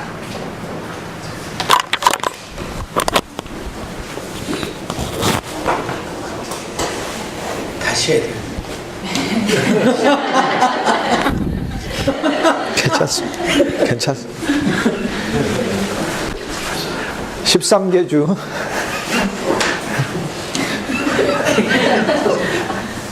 (2000년) 전에 세계적인 역사학자 요세푸스가 생존. 인간의 생존만큼 아름다운 게 없다. 인간은 두 가지 목적을 가지고 이 세상에 태어났죠. 하나는 생존의 목적, 또 하나는 하나님의 뜻을 이루기 위한 목적을 가지고 이 땅에 태어난 거죠. 그것이 마치 진짜 구현된 그런 나라를 건설하기 위해 전체 모든 민족이 사실 뛰어든 그런 예가 있는가 이렇게 봤을 때 이스라엘도 그러진 못했습니다. 출애굽해가지고 잠깐 하려고 한 적은 있지만 금방 그 출애굽이라는 성경책에 보면 금방 계속 불신하고 우리는 그 땅을 향해 가는 것은 무모한 거야. 우린 돌아가는 게 낫겠어라고 오히려 얘기를 많이 하죠. 그 출애굽의 이야기는 되게 감사한 이야기예요. 왜냐하면 하나님이 세계에서 제일 잘 믿을 것 같아서 뽑은 민족이 가장 잘 믿지 않기 때문에 그렇습니다. 그래서 출애굽기에서 보여주는 것은 사실상 하나님은 세계에서 제일 안 믿는 민족을 골랐다는 걸 보여줍니다. 우리가 믿어도 그보다는 더 잘 믿을 수 있을 것 같아요. 우리 한국 사람 같으면 누가 나를 죽을 위기에서 홍해를 갈라가지고 건네줬으면 우리는 보통 경우엔 진짜 일생 잊지 못하죠. 그러면서 아버지가 눈 감으면서 자식한테 아들아 그 사람이 진짜 내 은인이다 이렇게 하는데 우리는 대부분은 그런 게 있어요. 물론 가끔 가다가 검은 머리 짐승은 거두는 게 아니라는 것을 깨달을 때가 있기도 하지만 그럼에도 불구하고 이스라엘은 사실 가장 안 믿는 민족을 하나님이 선택하신 것 같다 이런 생각이 가끔 들기도 해요. 그럼에도 불구하고 뭐 그들의 아브라함이 믿음의 조상이니까 또 결국은 언젠가는 다 돌아오겠죠. 지금은 이제 굉장한 불신 아래 있긴 하지만 미국에 온 수많은 사람들이 첫째 분열되어 있습니다. 이 분열이 그대로 되면 미국의 남부는 이제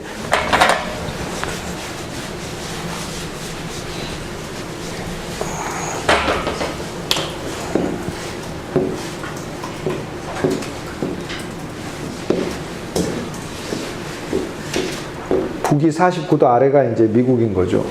사우스 아메리카는 Divided States of America죠. 지금식으로 하자면 아메리카의 나눠진 나라들이죠. 여기는 United States of America입니다. USA고 여기는 DSA입니다. Divided. 이제 United가 우리가 무엇을 뜻하는지 더 구체적인 개념으로 알 필요가 있는 거죠. 남쪽은 전부 다 사실 갈라져 있습니다. 여기는 아르헨티나죠, 브라질이죠, 칠레 있죠, 페루 있죠, 볼리비아 있죠, 뭐 콜롬비아 있죠, 멕시코 있죠. 다 갈라져 있습니다. 유나이티드 스테이츠가 되지 못합니다. 그 꿈을 가졌지만 이들은 이 꿈을 이루지 못합니다. 그러나 북쪽은 유나이티드 스테이츠가 됩니다. 근데 처음부터 유나이티드 스테이츠가 되기에는 오히려 남아메리카가 훨씬 더 유리했습니다. 첫째, 남아메리카는 한 개의 종교가 있어요. 캐톨릭. 그리고 언어도 대부분 스페니쉬를 씁니다. 포르투갈을 쓰는 브라질을 제외하고는 나머지는 거의 다 스페인 말을 씁니다. 그리고 공통적인 어떤 문화들이 또 남미에는 있습니다. 그러니까 유나이티드 스테이츠 오브 아메리카가 먼저 되기에는 남미가 훨씬 더 유리합니다. 북쪽은 USA가 아니라 DSA가 되기에 참으로 유리한 환경을 가지고 있습니다. 첫째, 인종이 많이 다릅니다. 이게 뉴잉글랜드 쪽에는 영국인들이 왔고 중부에도 영국인들이 왔지만 여기는 영국인들 말고 이 사이에 있어서는 네덜란드 사람도 많이, 프랑스 사람들, 오스트리아 사람들, 그리고 유대인들도 오게 되고 다양한 인종들이 이곳에 와서 독일인들도 펜실베니아 주에 와서 많이, 왜냐하면 펜실베니아 주가 자유의 주였기 때문에 여기 온 수십만의 사람들은 외국에서 왔고 이 수십만이 수백만의 인구가 또 됩니다. 그래서 미국의 인구가 더 이상 영국 사람들만의 땅이라고 얘기하기가 어려워지게 됩니다. 그러니까 인종적으로 첫째 많이 달라지게. 그 다음 두 번째, 엄밀히 얘기하면 기독교 안에서 종파가 달라요. 뉴잉글랜드는 청교도예요. 청교도는 굉장히 완고하고 고집스럽습니다. 초기의 청교도들은 거의 50년 동안 다른 교파 교회가 서는 것을 볼 수가 없었어요. 그래서 다 쫓아냈죠. 그런데 50년이 지나고 청교도들이 반성을 많이 하게 됩니다. 그래서 이제 다른 교파 교회도 세울 수 있게 해줍니다. 남쪽은 애당초 신앙의 자유가 이렇게 있었기 때문에 많은 교회들이 세워지게 돼요. 그런데 더 아래로 내려오게 되면 버지니아주나 캐롤라이나주는 영국의 국가교회 시스템으로 세워진 주들이라 여기는 국가교회 성도들이 많아요. 그러니까 오히려 청교도가 여기서 교회를 세우려고 하면 거기에서 많은 방해를 받습니다. 그러니까 종파로 다 갈라져 있어요. 메릴랜드도 카톨릭 교도들이 자유롭게 카톨릭을 믿는 곳이기 때문에 그들이 종교가 일요일의 문제가 아니라 월화수목금토일 7일의 문제이므로 종교가 일요일만의 문제였을 때는 일요일만 다르면 되거든요. 괜찮잖아요. 월화수목금은 같이 살면 되니까. 그런데 200년, 300년 전에 유럽이든 미국이든 종교의 문제는 일주일 전체의 문제이기 때문에 종파가 다르다는 건 함께 살아도 계속 다를 수밖에 없다는 걸 얘기를 해요. 첫째, 인종이 다르고 종파가 다르고 그 다음 동기들도 다르죠. 숭고한 이상을 가지고 온 경우도 있고 상업적인 목표를 가지고 온 경우도 있고. 그런데 모든 인간은 똑같기 때문에 모든 인간들이 공통적으로 느끼는 것은 있는 거죠. 아무리 신앙이 좋은 사람이라 할지라도 저곳에 왔을 때 우리가 생존의 문제에 부딪혀서 느껴야 되는 고통들, 땅을 개척하고 일궈야 되는 가운데 느끼는 혼돈, 공허감, 그리고 외로움, 그리고 그 고통, 이건 똑같고, 그 다음에 인간의 죄인된 그 의식들, 내가 본래 내가 죄인인데 이 죄를 어떻게 해결하고 어떻게 이 문제를 풀어야 하는가에 대한 문제, 그리고 그 외로움의 문제. 아무리 가족이 있고 하지만 그 가족만 모여가지고 4명, 5명, 7명, 8명 그 가족만 한 가족이 있고 다른 가족은 다른 가족을 만나기 위해 한참 수킬로미터 떨어진 그곳에 또 다른 집이 있으니까. 그래서 누군가를 만나고 사귀어야 한다는 것이 제한적이죠. 자기들이 늘 일을 하다가 보니까. 그래서 결국에는 이 13개 주에 있어서는 결국 이들이 일주일에 하루 만나는 그 교회라는 장소는 단순히 신앙적인 장소만이 아닌 거예요. 일주일 동안 내내 이웃의 얼굴을 한 번도 못 보고 살다가 교회에 가서 비로소 이웃의 얼굴을 보는 거죠. 그러니까 이제 교회라는 장소는 어떤 정말 말 그대로 교제와 사귐이 실제적으로 느껴지는 장소인 거죠. 정보를 교환하고 세상이 어떻게 돌아가는지에 대한 이야기도 교회 안에서 다른 사람들을 통해 들을 수 있는 것이죠. 어쨌든 교회가 중심되는 장소인데 이 13개의 주를 하나로 묶는 미국 사회에 있어서 중요한 그 영적인 부흥 운동이 일어나게 됩니다. 이것을 대각성 운동이라 부르게 되는데 13개 주가 맨 마지막 주 조지아 주를 중심으로 여기 1732년이라고 적어졌잖아요. 조지아 주의 제임스 오글토피 장군이 조지아 주의 죄수들 200명을 데리고 와서 이 이후로 이제 불쌍한 영국 사람들이 국왕의 지원을 받아가지고 배삭을 받아가지고 이 조지아 땅으로 많이 와서 정착해 살면서 13개 주의 13번째 주인, 여기서 위에서 세면 13번째 주입니다. 제가 시간이 없으니까 안 세겠습니다. 근데 13번째 주가 완성됐을 때 1732년 이때 완성되자마자 북부 지역 뉴잉글랜드 지역에서 놀라운 일이 하나가 일어나게 됩니다. 그거는 조나단 에드워즈라고 이름을 가진 한 목회자가, 매사추세츠의 목회자가 그가 설교를 했는데 그의 설교에 의해서 갑자기 많은 사람들이 신앙적인 회심을 갖기 시작합니다. 자, 이게 무슨 말이냐면 원래 종교적인 민족들이잖아요. 여기는 종교적인 민족들이 많이 왔잖아요. 종교적이잖아요. 13개 주는 어떤 주든지 종교적입니다. 그 주에서 내가 투표권을 행사하기 위해서는 교회 멤버가 돼야 됩니다. 그렇기 때문에 교회 멤버가 된다는 것은 정치적인 활동을 하기 위한 기본적인 거예요. 그리고 교회 멤버가 되어야만 내가 사람을 만날 수 있고 교회 멤버가 되어야만 사람들로부터 다른 정보도 얻게 되는 거죠. 그러니까 투표권에 대한 정치적인 문제뿐만 아니라 사회적인 어떤 사교의 문제, 그 다음에 상업적이고 자기가 공동체 생활을 하기 위해서 교회는 필수적인 거예요. 초기에 많은 사람들은 바다에 항해를 하게 되면서 건너오면서 정착촌이 이제 세워지기 위하여 생존에 투쟁을 했고 100년 동안 인디안과의 싸움도 거쳤어요. 이제 우리는 1700년대에 넘어오면서 더 이상 이제 인디안도 큰 이슈가 되지도 않고 항해하는 백길의 항로도 바람과 풍랑이 비교적 없는 그런 항로가 잘 개발이 됐고 정착해서 사람들이 새로운 개척지로 나가기 위한 기본적인 플랜테이션의 조건, 여건도 많이 개선됐어요. 그러니까 시스템이 이제 착착착착 진행이 돼서 이후에 오는 이민 세대들은 100년 전에 처음에 미국에 이민 왔던 사람들과는 다른 거예요. 100년 전에는 진짜 건너갈 때 이건 내가 죽을 수도 있는 일인 거예요. 그 죽으면 안 돼. 이렇게 생각하고 대부분 건너왔고 죽어도 괜찮아. 우리 후손들이 살 수 있는 땅이 있다면 가겠다. 이렇게 한 게 종교도였고 어쨌든 간에 죽는다는 것을 공포를 느끼고 오든 안 느끼고 오든 각오하고 오든 그들은 그걸 했는데 이후에 오는 1700년대 배는 그런 배가 아니에요. 이제 수백만이 이민을 가게 되니까 매 해마다 10여만 이상씩이 유럽 땅에서 미국을 향해 이민자들이 쏟아지게 되니까 그 한 세기에 1500만 이상이 이민을 오게 되는 100년 동안 그럼 100년에 1500만 이상이 오게 되면은 10년에 100만 명씩 오게 되는 거 아닙니까? 10년에 100만 명이 넘는다는 거고 매년마다 이 수만 명씩 오게 된다는 그러면 배가 도대체 얼마나 많은 배가 다니겠어요? 드디어 이제 항해하는 이제 그 선박들의 그 구조도 대서양을 항해하기에 또 훨씬 더 안전하고 큰 구조로 바뀌게 되고 그래서 이제 항로도 더 짧아지게 되고 20여일 이내의 항해 기간을 통해서 빨리 도착하게 되고 바다에서 40일, 60일 헤매다가 메이플라워 66일 만에 도착했거든요. 바다에서 66일 헤매니까 더 풍랑을 만날 확률이 20일 항해하는 배보다 3배가 많은 거잖아요. 그러니까 쉽게 해서 그 얘기는 죽을 확률도 3배가 크다는 얘기예요. 그래서 어쨌든 1700년대는 여건이 많이 달라졌다 그겁니다. 근데 왔는데 공동체의 구성원이 돼가지고 이렇게 활동하는데 반드시 교회 멤버여야 되는 거예요. 그래서 교회 옵니다. 근데 신앙적인 목적 때문에 교회를 다니는 게 아니에요. 그런데 매사추세츠주, 이 매사추세츠주, 보스턴에서 서쪽으로 조금만 더 가면 노스햄튼이라는 그 타운이 있어요. 그 타운에 30대 젊은 목회자, 조나단 에드워즈라는 목회자가 거기 부임을 했는데 이렇게 생기신 분이죠.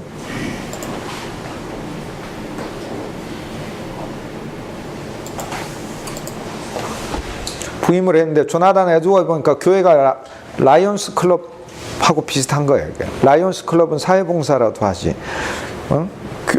사교도 깊기도 하지. 이거 교회 보니까는 교회 멤버가 된다는 것은 그냥 미국의 어떤 한 공동체의 그냥 모임인 거예요.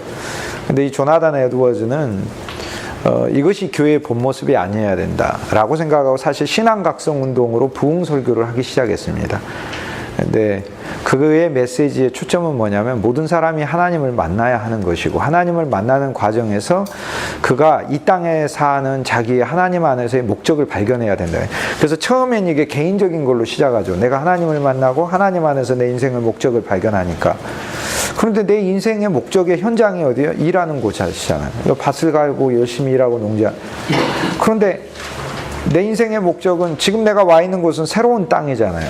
그러면 새로운 땅에서 내 인생의 새로운 목적이라는 것은 결국에 자기하고의 땅과 하나님과의 새로운 관계 설정은 결국에 새로운 공동체를 하나님은 이곳에 원한다는 생각을 갖게 됩니다. 새로운 교회, 새로운 공동체, 새로운 사람 이렇게 되는 거죠. 그러면 새로운 교회, 새로운 사람, 새로운 공동체는 정치적인 것과 연관이 있으니까 결국에 나중에 이것이 조금 더 정치적 언어를 정치적 개념을 집어넣게 되면 새로운 국가로 나갈 수 있게 되는 기본 내적인 영적인 토양을 조성했다 이렇게 얘기할 수 있습니다. 더 쉽게 제가 얘기해 볼게요. 조나단 에드워즈는 이렇게 설교합니다. 당신들 이곳에 당신들 선조가 이곳에 왜 왔습니까? 당신들 선조는 신앙의 자유를 위해서 왔습니다. 근데 당신들의 삶을 보십시오. 당신들은 돈 벌기 위한 삶으로 인생을 허비하고 있습니다. 신앙적인 설교를 사실 해요. 하나님은 당신을 기다리십니다. 그리고 하나님께 회개하지 않는 모든 자들은 이미 지옥에서 왔고 지옥불로 들어가며 그러나 하나님은 인내하고 여러분을 기다리고 있습니다. 하나님께 여러분 반드시 오셔야 됩니다. 그게 조나단 에드워즈 설교입니다. 그런데 이 강력한 이 설교가 회중들의 마음을 움직였어요. 움직여서 이들이 이 땅에서의 자기들의 삶에 대한 새로운 각성을 갖게 되는 거예요. 근데 문제는 이것이 시발점이었다는 거예요. 그러므로 조나단 에드워즈의 부흥운동이 저 북쪽에서부터 아래로 내려오기 시작을 해요. 점점. 그래서 저 북부주들에 있어서 커다란 영적 갱신 운동이 일어나요. 근데 남쪽에서 또 다른 인물이 한 명 부흥운동을 시작을 하게 됩니다. 이 인물이 이제 조지 위필드라는 인물입니다. 북쪽에서는 조나단 에드워드, 남쪽에서는 조지 위필드가 조지아주 사바나에 내려가지고 그 이후로 그는 영국에서 활동하는 부흥 목회자였는데 미국을 6번 이상 방문을 하게 되면서 13개 주를 아래에서 위로 위에서 아래로 훑으면서 집회를 하게 됩니다. 그의 집회에 사람들이 많이 모일 때는 한 10,000명씩 모이기도 하고 하는데 이 10,000명이 그냥 10,000명이 아니고요. 저 흩어져 있는 곳에 그 수십 킬로 수백 킬로 흩어져 있던 그 사람들이 10,000명이 모인다는 것이니까 이것은 진짜 상상할 수 없는 쉽게 얘기해서 조나단 에드워드가 펜실베니아 주에 와서 목회를 하고 목회가 아니라 설교를 했다. 조지아 주에 와서 설교를 했다. 한마디로 그 주에 있는 사람들 중에서 걸을 수 있는 사람들은 다 모여서 그의 설교를 들었다 이렇게 얘기할 수 있는 거죠. 조나단 에드워즈의 설교도 마찬가지입니다. 이곳은 새로운 땅입니다. 여러분 이 새로운 땅에서 새로운 백성이 되어야 됩니다. 라는 거예요. 마음을 새롭게 하십시오. 하나님 앞에서 여러분의 마음을 돌리고 회개하십시오. 돈을 사랑하고 물질을 사랑하는 삶을 살지 말고 여러분의 삶을 철저히 돌이키십시오. 근데 이 부흥운동이 아래에서부터 북쪽까지 이렇게 퍼져나가게 되는데 그래서 영적 대각성이 일어나요. 그래서 100년 만에 미국이 처음 시작할 때 어떠한 목표 아래 시작되는가 하는 그 뉴 잉글랜드 웨이에 재현이 시작이 됐다 그 말입니다. 그래서 많은 사람들이 자기의 운명을 개인적 운명에서 공동체 운명으로 공동체 운명을 국가의 운명으로 전환시키게 돼요. 나는 이곳에 그냥 온 게 아니에요. 우리 선조가 그냥 와서 내가 사는 게 아닌 거예요. 신앙의 계기를 통해 생존이 중요하지만 생존 다음으로 나의 이곳에서의 살아가는 생존의 목적을 발견하는 게 또 더 아름다운 것이라는 걸 발견해요. 요세푸스의 말로.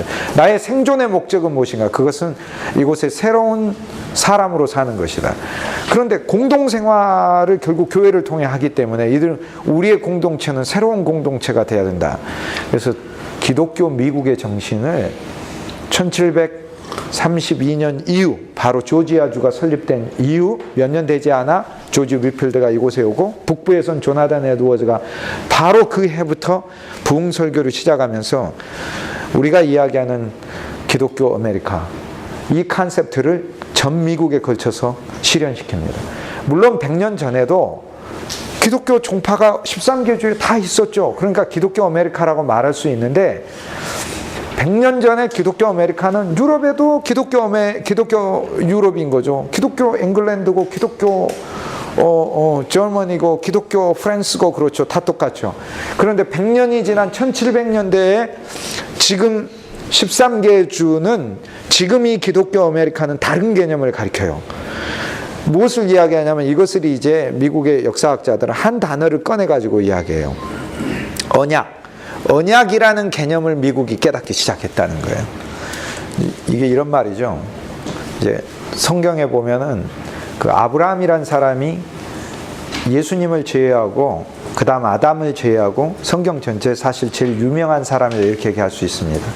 성경에서 인간의 기점이 되는 사람이 실은 아담이 아니고 아브라함입니다. 노아도 아닙니다. 아브라함입니다. 왜냐하면 하나님이 이스라엘 백성을 뽑아가지고 아브라함의 후손이라고 불렀고 아브라함을 믿음의 조상이라고 불렀어요. 아브라함 이후에도 또는 이전에도 믿음을 가진 사람이 많았어요. 그리고 아브라함보다 훨씬 더 믿음 좋아 보이는 사람들도 많았어요. 그런데 하나님은 노아를 믿음의 조상이라 부르지도 않고 에녹을 믿음의 조상이라 부르지도 않고 아브라함을 믿음의 조상이라고 부르고 아브라함으로부터 이어지는 족속을 아브라함의 후손이라고 부르고 이스라엘이라고 부르고 구분해서 하나님은 부르기 시작을 해요.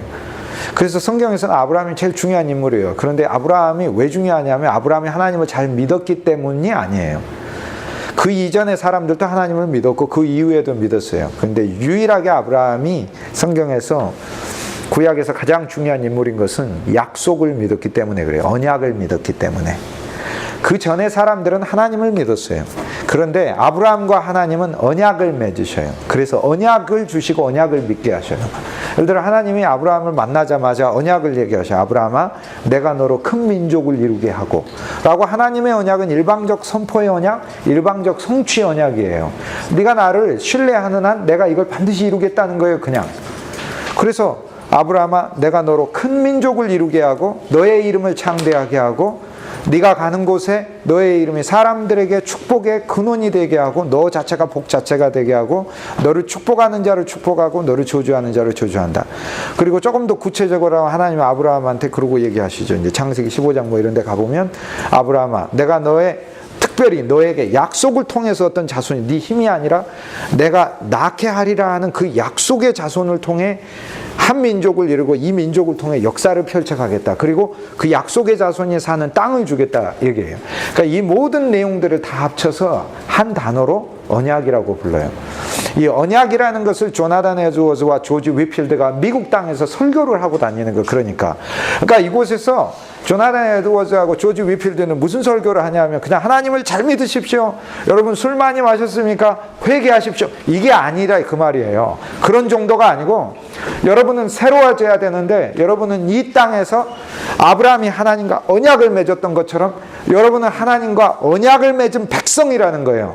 그러면서 이 언약의 내용은 이것은 뉴 월드 아닙니까? 저 땅의 이름을 제가 처음에 데리고 우리가 아메리카라고 부르지 그때만 하더라도 저 땅의 이름은 뉴 월드예요. 저기 있는 사람들이 아메리카 간다라는 말들을 사용하는 것보다 뉴 월드 간다는 말들을 더 많이 쓰는 거예요. 이곳은 새로운 땅입니다. 새로운 땅에 사는 사람은 아브라함이어야 한다는 거죠. 아브라함이어야.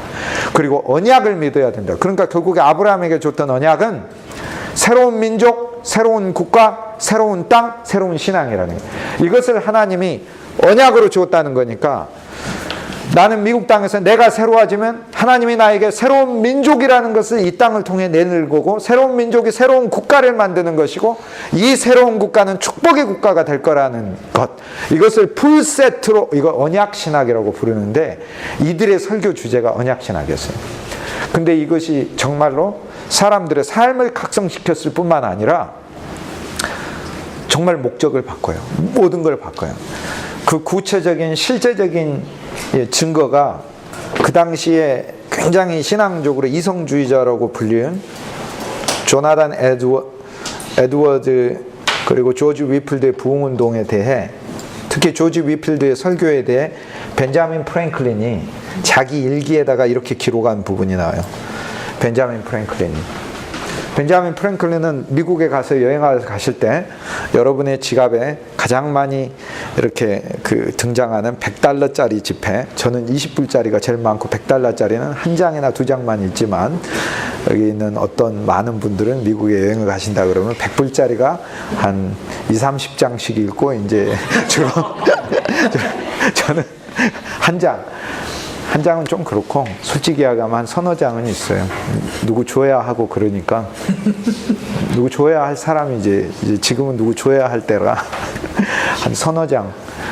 근데 일부러 많이 안 담고 가요. 갖고 가면 다 주게 돼 있어서. 그래서 한 서너 장. 100불짜리에 벤자민 프랭클린 이름이 들어가 있습니다. 벤자민 프랭클린 이제 나중에 이야기할 텐데 미국의 첫 번째 대륙회의를 독립하고 나서 대륙회의를 열고 독립하기 전에는 독립선언에 관련된 미국의 국부이고 그리고 독립하고 나서는 미국의 첫 번째 대통령을 뽑은 우리식으로 하면 국회의장을 했던 분이죠. 첫 번째 미국의 국회의장이다 이렇게 얘기할 수 있고 조지 워싱턴을 대통령으로 지명하고 추천한 인물이고 천재죠. 그리고 뭐 미국의 정부의 기본적인 틀을 구성한 사람이고 배우지 못했지만은 미국에서 가장 미국의 가치인 도덕적 성공을 이뤄낸 사람이죠. 도덕적인 인간이며 성공을 이뤄낸 사람이에요. 그래서 $100짜리에 벤자민 프랭클린이 대통령이 아니면서 들어가게 되는 영예를 차지하게 됩니다.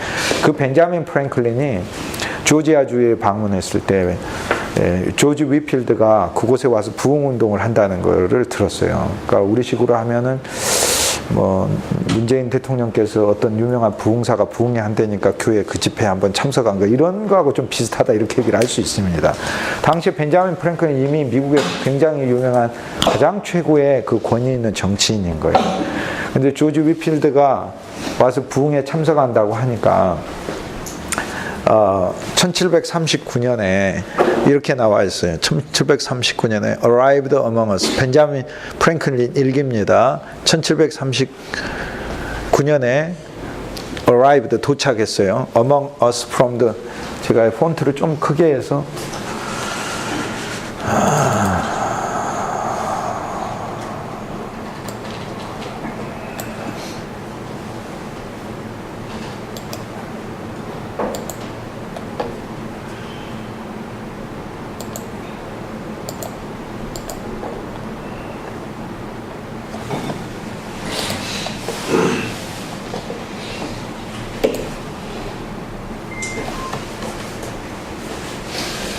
(1739년에) 우리 가운데 도착했습니다. From England, 영국에서 The Reverend 목사님이 Mr.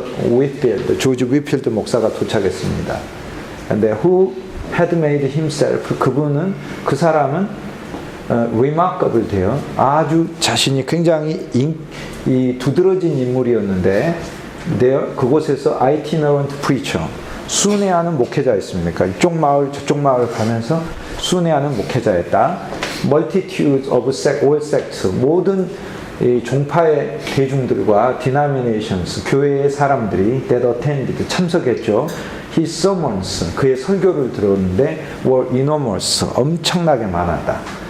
그리고 and it was a matter of speculation, 그리고 그 당시에는 나에게 크게 여러 면에서 의심스러워, 그러니까 내가 speculation은 내가 그 당시에 굉장히 이 문제 가지고 숙고를 했다 그런 얘기인데 who was one of the number, 그 당시에 이 현상을 지켜보는 회의스러운 사람 중에 한 사람이었다. 나는 to observe, 관찰하는, 지켜보는 extraordinary influence, 대단히 뛰어난 그의 영향을 of his oratory, 그의 설교에, 그의 말씀에 대단히 뛰어난 영향력을 지켜보는 그런 회의적인 사람 중에 나는 한 사람이었다 라는 거예요.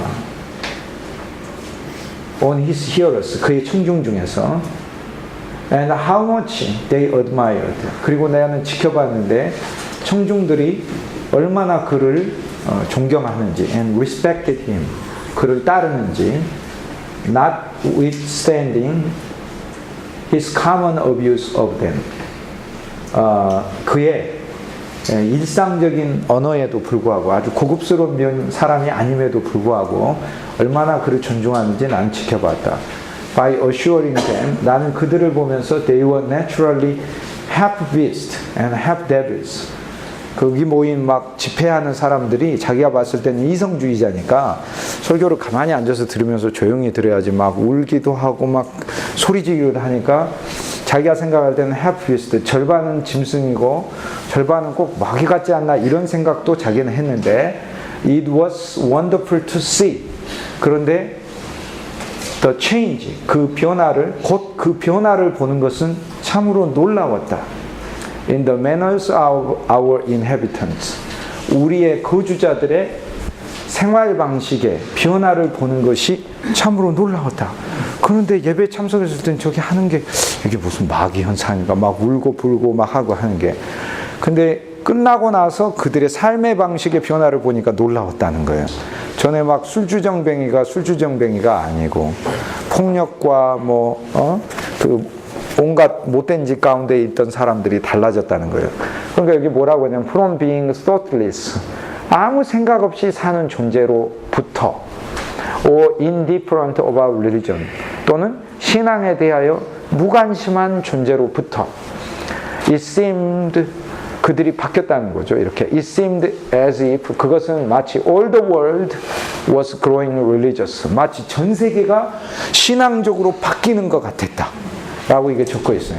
그리고 so that, 그래서 one could not walk through the town, 한 사람도 마을을 걸어갈 때 in an evening, 저녁에 마을을 걸어갈 때 without hearing psalms, 시편을 노래하는 것, 쉽게 해서 찬송을 부르는 것을 듣지 않고, 찬송을 부르는 것을 듣지 않고 in different families of every street, 모든 길거리에 있는 각각의 다른 가정에서 찬송을 부르는 것을 듣지 않고 밤의 거리를 걸어가는 것을 볼 수 없었다. 쉽게 얘기해서 밤에 거리를 걸을 때마다 각 집마다 찬송이 나오지 않은 집이 없었다. 이렇게 쓰는 거예요.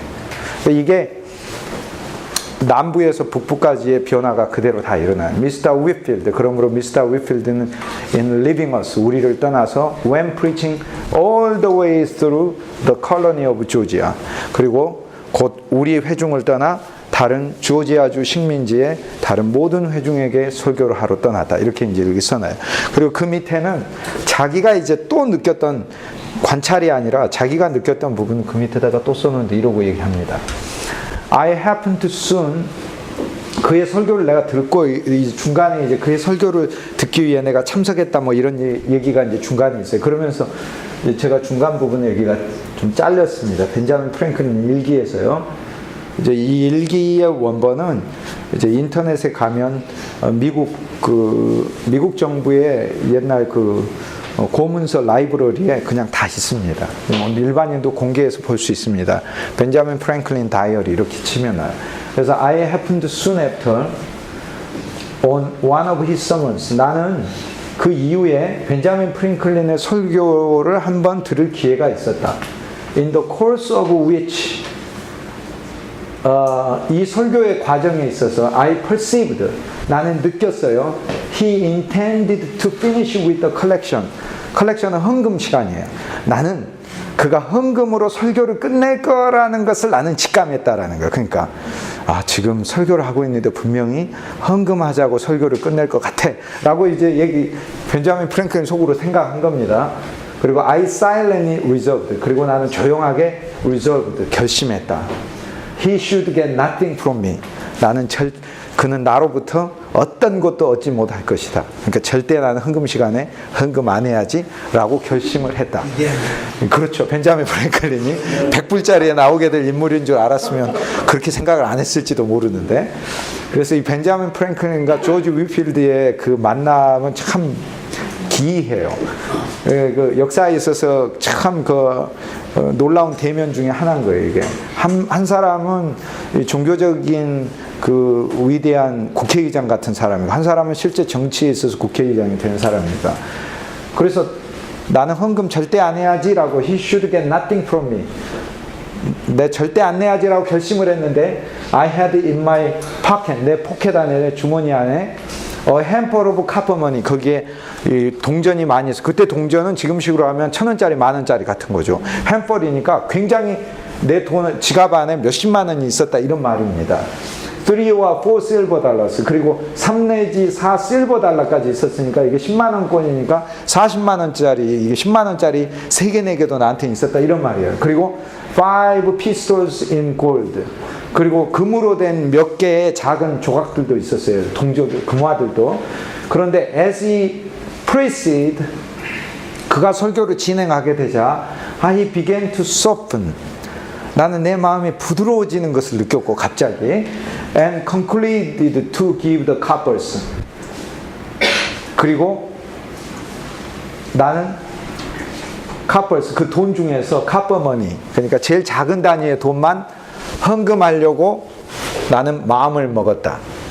그런데 another stroke of his oratory, 그의 설교에 또 다른 이 큰 충격이 made me ashamed of that, 나를 부끄럽게 만들어서, and determined me, 내가 나를 결심하게 만들었다. to give the silver, 은화도 내고, and he finished so admirably, 그리고 그가 설교를 너무 아름답게 끝냈을 땐 I emptied my pocket, 나는 내 돈주머니를 다 비웠다. wholly, 완전히 into the collector's dish, 헌금 바구니에다가 gold and all, 금하고 전부까지 바치게 됐다. 이렇게 해서 이게 이제 벤자민 프랭클린 일기에 나오는 조지 위필드의 그 말입니다. 우리가 이제 이러한 이 두 인물만이 아니라 이제 작은 또 다른 이제 영웅들도 있습니다. 이것을 미국의 제1차 대각성 운동이라 부르는데 13개주가 완성된 1732년 이후 바로 직후부터 13개주 전체를 휩쓸게 만들어요. 이 두 인물을 중심으로. 근데 이러한 결과에 의해서 13개주는 인종을 뛰어넘어, 그리고 자신들의 출신 배경을 뛰어넘어, 자기가 아일랜드 출신이 스코틀랜드 출신이든 영국 출신이든 독일 출신이든 네덜란드 출신이든 프랑스 출신, 오스트리아 출신이든 상관없어요. 이곳은 새 땅이라는 사실을 발견했고, 새 땅에 어울리는 것은 새민족이라는 사실을 발견해서 인종을 초월하고 출신을 초월하고 신분을 초월하고 종파도 초월하는 거예요. 자기가 회중교회든 장로교회든 아니면은 새로 등장하기 시작한 감리교회든 아니면 퀘이커든 카톨릭이든 상관없어요. 거기 모인 10,000명의 사람들은 별의별 종파의 사람들이 다 있는데, 이 1차 대각성 운동을 통해 언약 정신을 속에 갖게 됩니다. 이것이 바로 기독교 아메리카의 탄생이다 이렇게 부릅니다. 그리고 이들은 사실상 국가로 탄생되기 전에 정서적으로 유나이티드 스테이츠 오브 아메리카를 미리 마음 안에 하나로 만든 거예요. 그러니까 이제 이들은 더 이상 우리는 저 사람들은 저 북부 사람, 우리는 남부 사람, 이런 관점으로만 생각하는 게 아니라 모든 사람들의 마음속에 휩쓸고 가면서 삶의 변화를 이끌어내고, 변화뿐만 아니라 언약 정신으로 우리는 이곳에 새로운 공동체를 세우기 위해 왔다라고 하는 거죠. 누군가가 이제 필요하죠. 그 공동체가 무엇인지 가르쳐줘야 될 필요가 있죠. 그 공동체는 바로 국가다, 이렇게 누군가가 가르쳐줘야 되는 거고, 이건 정치인들이 하겠죠. 그 다음에 국가를 성립하기 위해서 그래서 핍박이 필요한 거죠. 핍박을 당해야 이 핍박으로부터 나오게 되니까. 그러니까 만약에 1차 대각성 운동이 일어나고 나서 30년 후에 미국의 독립전쟁이 일어나게 되는데, 독립전쟁이 일어난다는 거 영국의 핍박이 엄청나게 이어지거든요.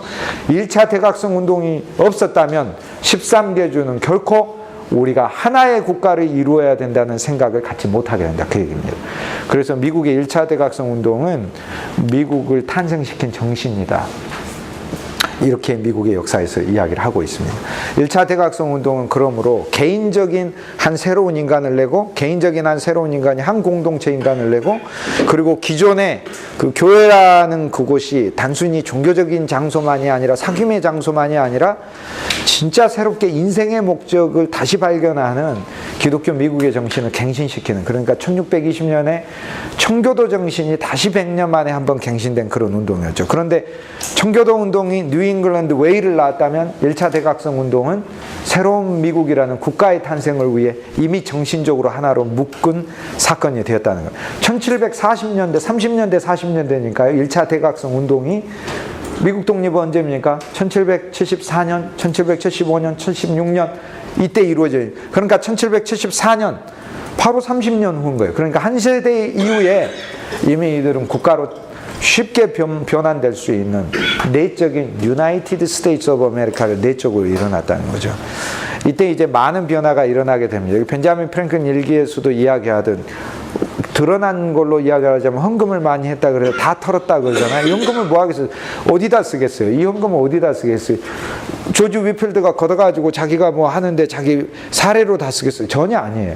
조지 위필드는 조지아주 사바나에다가 고아원을 만들었고 곳곳에 가는 곳마다 걷어진 돈으로 미국 사회에 버려진 아이들, 그늘지고 또 소외된 그런 이 개척 과정에 있어서 병든 가정들을 돕는 이 헌금을 걷게 한 거예요.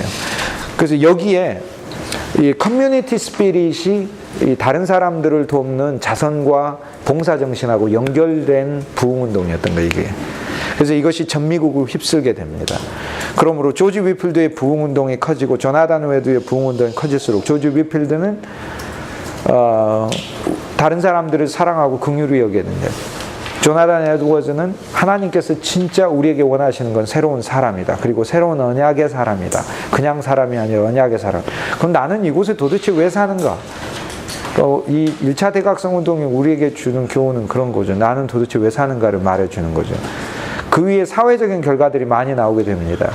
이때 모든 사람들은 하나님 앞에서 새로운 언약 백성이니까 이스라엘 백성의 차별이 없듯 우리는 뉴 이스라엘이라는 생각을 갖게 돼요.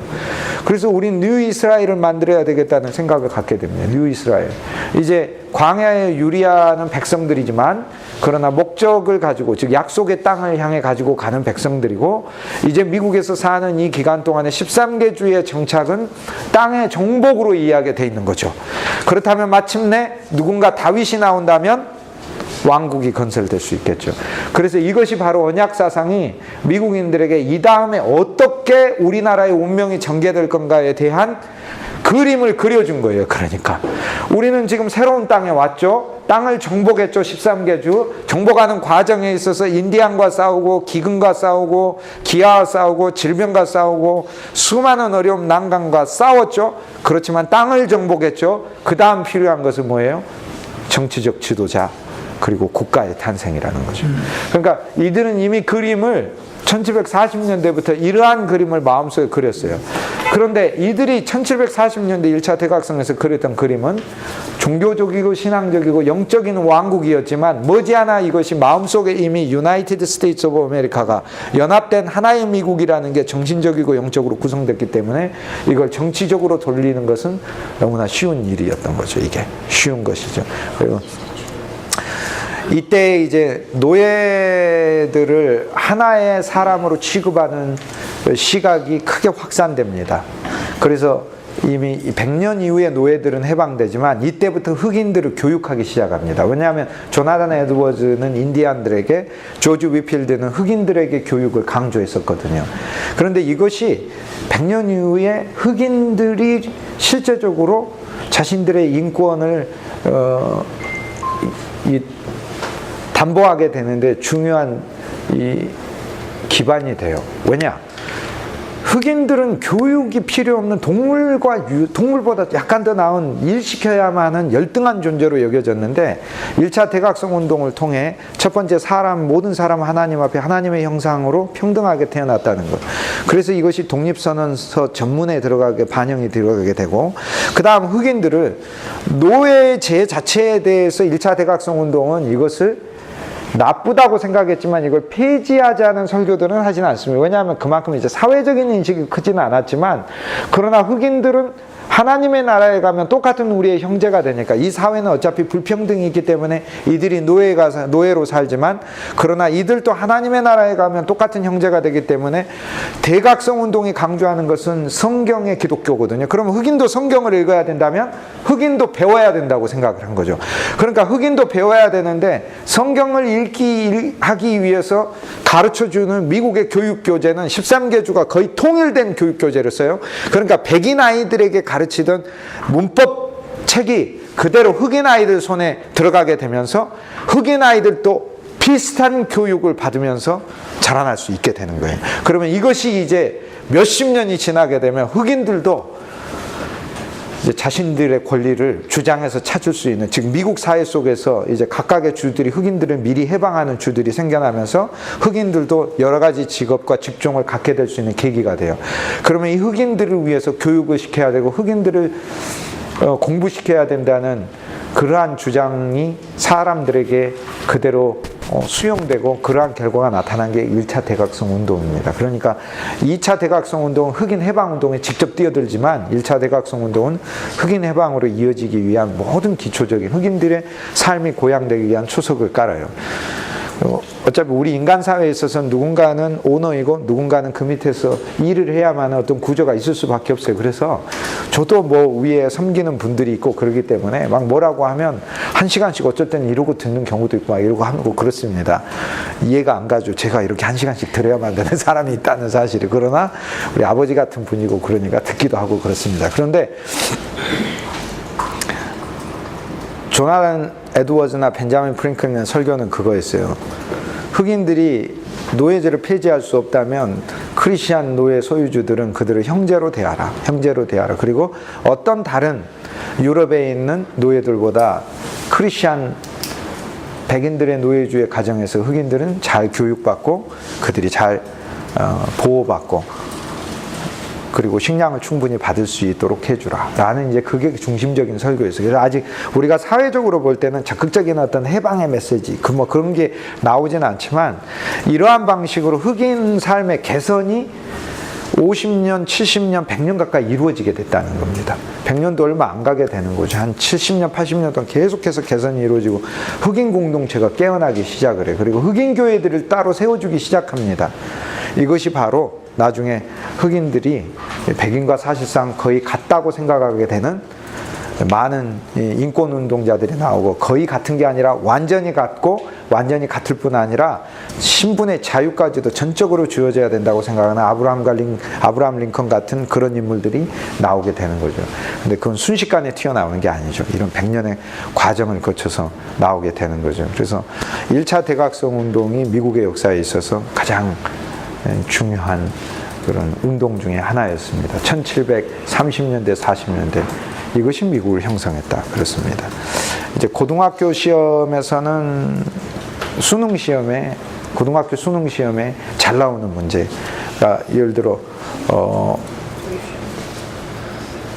고등학교 수능 시험에 잘 나오는 문제가 이런 문제 나옵니다. 1차 대각성 운동이 미국의 독립운동에 끼친 영향에 대해서 시험. 뭐 이렇게 쓰는 겁니다. 보기로 해서 1번, 2번, 3번, 4번 이렇게 나와요. 1차 대각성 운동 노예 해방을 주장했다. 뭐 틀렸죠, 그죠? 뭐 2번, 뭐 하나의 미국 정신을 만들었다. 뭐 3번, 서부 개척에 있어서 동력을 제공했다. 뭐 이렇게 나오죠. 그러니까 그런 식으로 이제 문제. 이제 대학교 가게 되면은 대학교 히스토리 시간의 문제는 약간 더 어려워집니다. 1차 대각성 운동과 미국 독립운동의 직접적인 요인에 대해 더 구술해라 뭐 이런 식으로 나오게 됩니다. 주관식으로. 석사 과정에 가게 되면 문제가 더 구체적입니다. 1차 대각성 운동과 독립운동 이후에 2차 대각성 운동의 차이에 대해서라 이렇게 이제 나오게 되는 거죠. 뭐 그런 거죠. 그러니까 수능 시험에서는 고등학생 수능 메이플라워 컴팩트의 내용이 아닌 것은 이렇게 나오고 대학 과정에 가게 되면 메이플라워 컴팩트가 미국의 독립선언서와 연관성을 가지는 게 뭔지 쓰시오 이런 식으로 나오거든요. 이제 이해가 가시죠. 이렇게 나오게 됩니다. 오늘 이제 13개 주가 구성됐는데 종교가 일요일만의 사건이 아닌 7일 전체의 사건이었던 사람들의 시대에 있어서 1차 대각성 운동은 새로운 미국을 건설하는 데 진짜 이바지했죠. 우리 개인 삶에는 어떻게 적용할까? 우리도 진짜 대각성이 우리 인생에서 한 면 진짜 필요합니다. 그래야 우리 삶에 흩어진 모든 게 다 통합됩니다. 진짜로 통합됩니다. 우리 미국의 아래쪽은 디바이디드 스테이트가 됐습니다. 하나로 될 좋은 조건, 하나의 언어, 하나의 같은 인종들, 하나의 기본 문화, 하나의 종교를 가지고 있음에도 그들은 유나이티드 스테이츠 오브 아메리카를 만들지 못했습니다. 이것은 진짜 새로 태어나야 된다는 것을 얘기하죠. 근데 새로 태어날 때 무엇으로 태어나는가? 목표인 거죠. 그러니까 젊은이도 그거죠. 그냥 열심히 해서 밥이나 먹고 살 수 있도록 내가 일해봐야지 이렇게 생각하는 젊은이가 아니라 생존만을 위해서 아니라 생존의 목적을 깨달아요. 그리고 생존의 목적이 하나님의 이 세상에 나를 둔 뜻이 있다고 생각을 합니다. 나는 이 세상에 필연적으로 숙명적으로 누군가를 행복하게 해주기 위하여 반드시 하나님이 나를 성공시킨다는 약속이 주어졌다, 이렇게 생각하고 사는 젊은이는 정말 무서운 게 없겠죠. 근데 그런 생각들을 사실상 구체적으로 믿음 안에서 모두에게 갖게 한 게 저게 대각성 운동이었다는 겁니다. 언약, 그 언약 안에 그려진 그림. 이제 우리도 그걸 적용 사실 할 필요가 있습니다. 우리도 이제 그거를 어떤 뭐 종교적인 것 그런 차원에서 뿐만 아니라 진짜 우리의 삶은 그냥 내 던져진 게 아니라 하나님의 언약이 우리한테 주어져 있다. 우리가 반드시 다른 사람에게 새로운 사람으로 비춰지도록, 우리 입에서 새로운 노래가 나오도록, 또 우리는 누군가를, 조지 위필드가 그 돈으로 수많은 자들을 도왔듯 우리는 반드시 우리 인생에서 누군가를 복되게 하고 유익하는 인생으로 숙명적으로 살도록 하나님의 언약이 우리에게 주어졌다. 이런 생각을 가질 때 그 삶은 결코 같을 수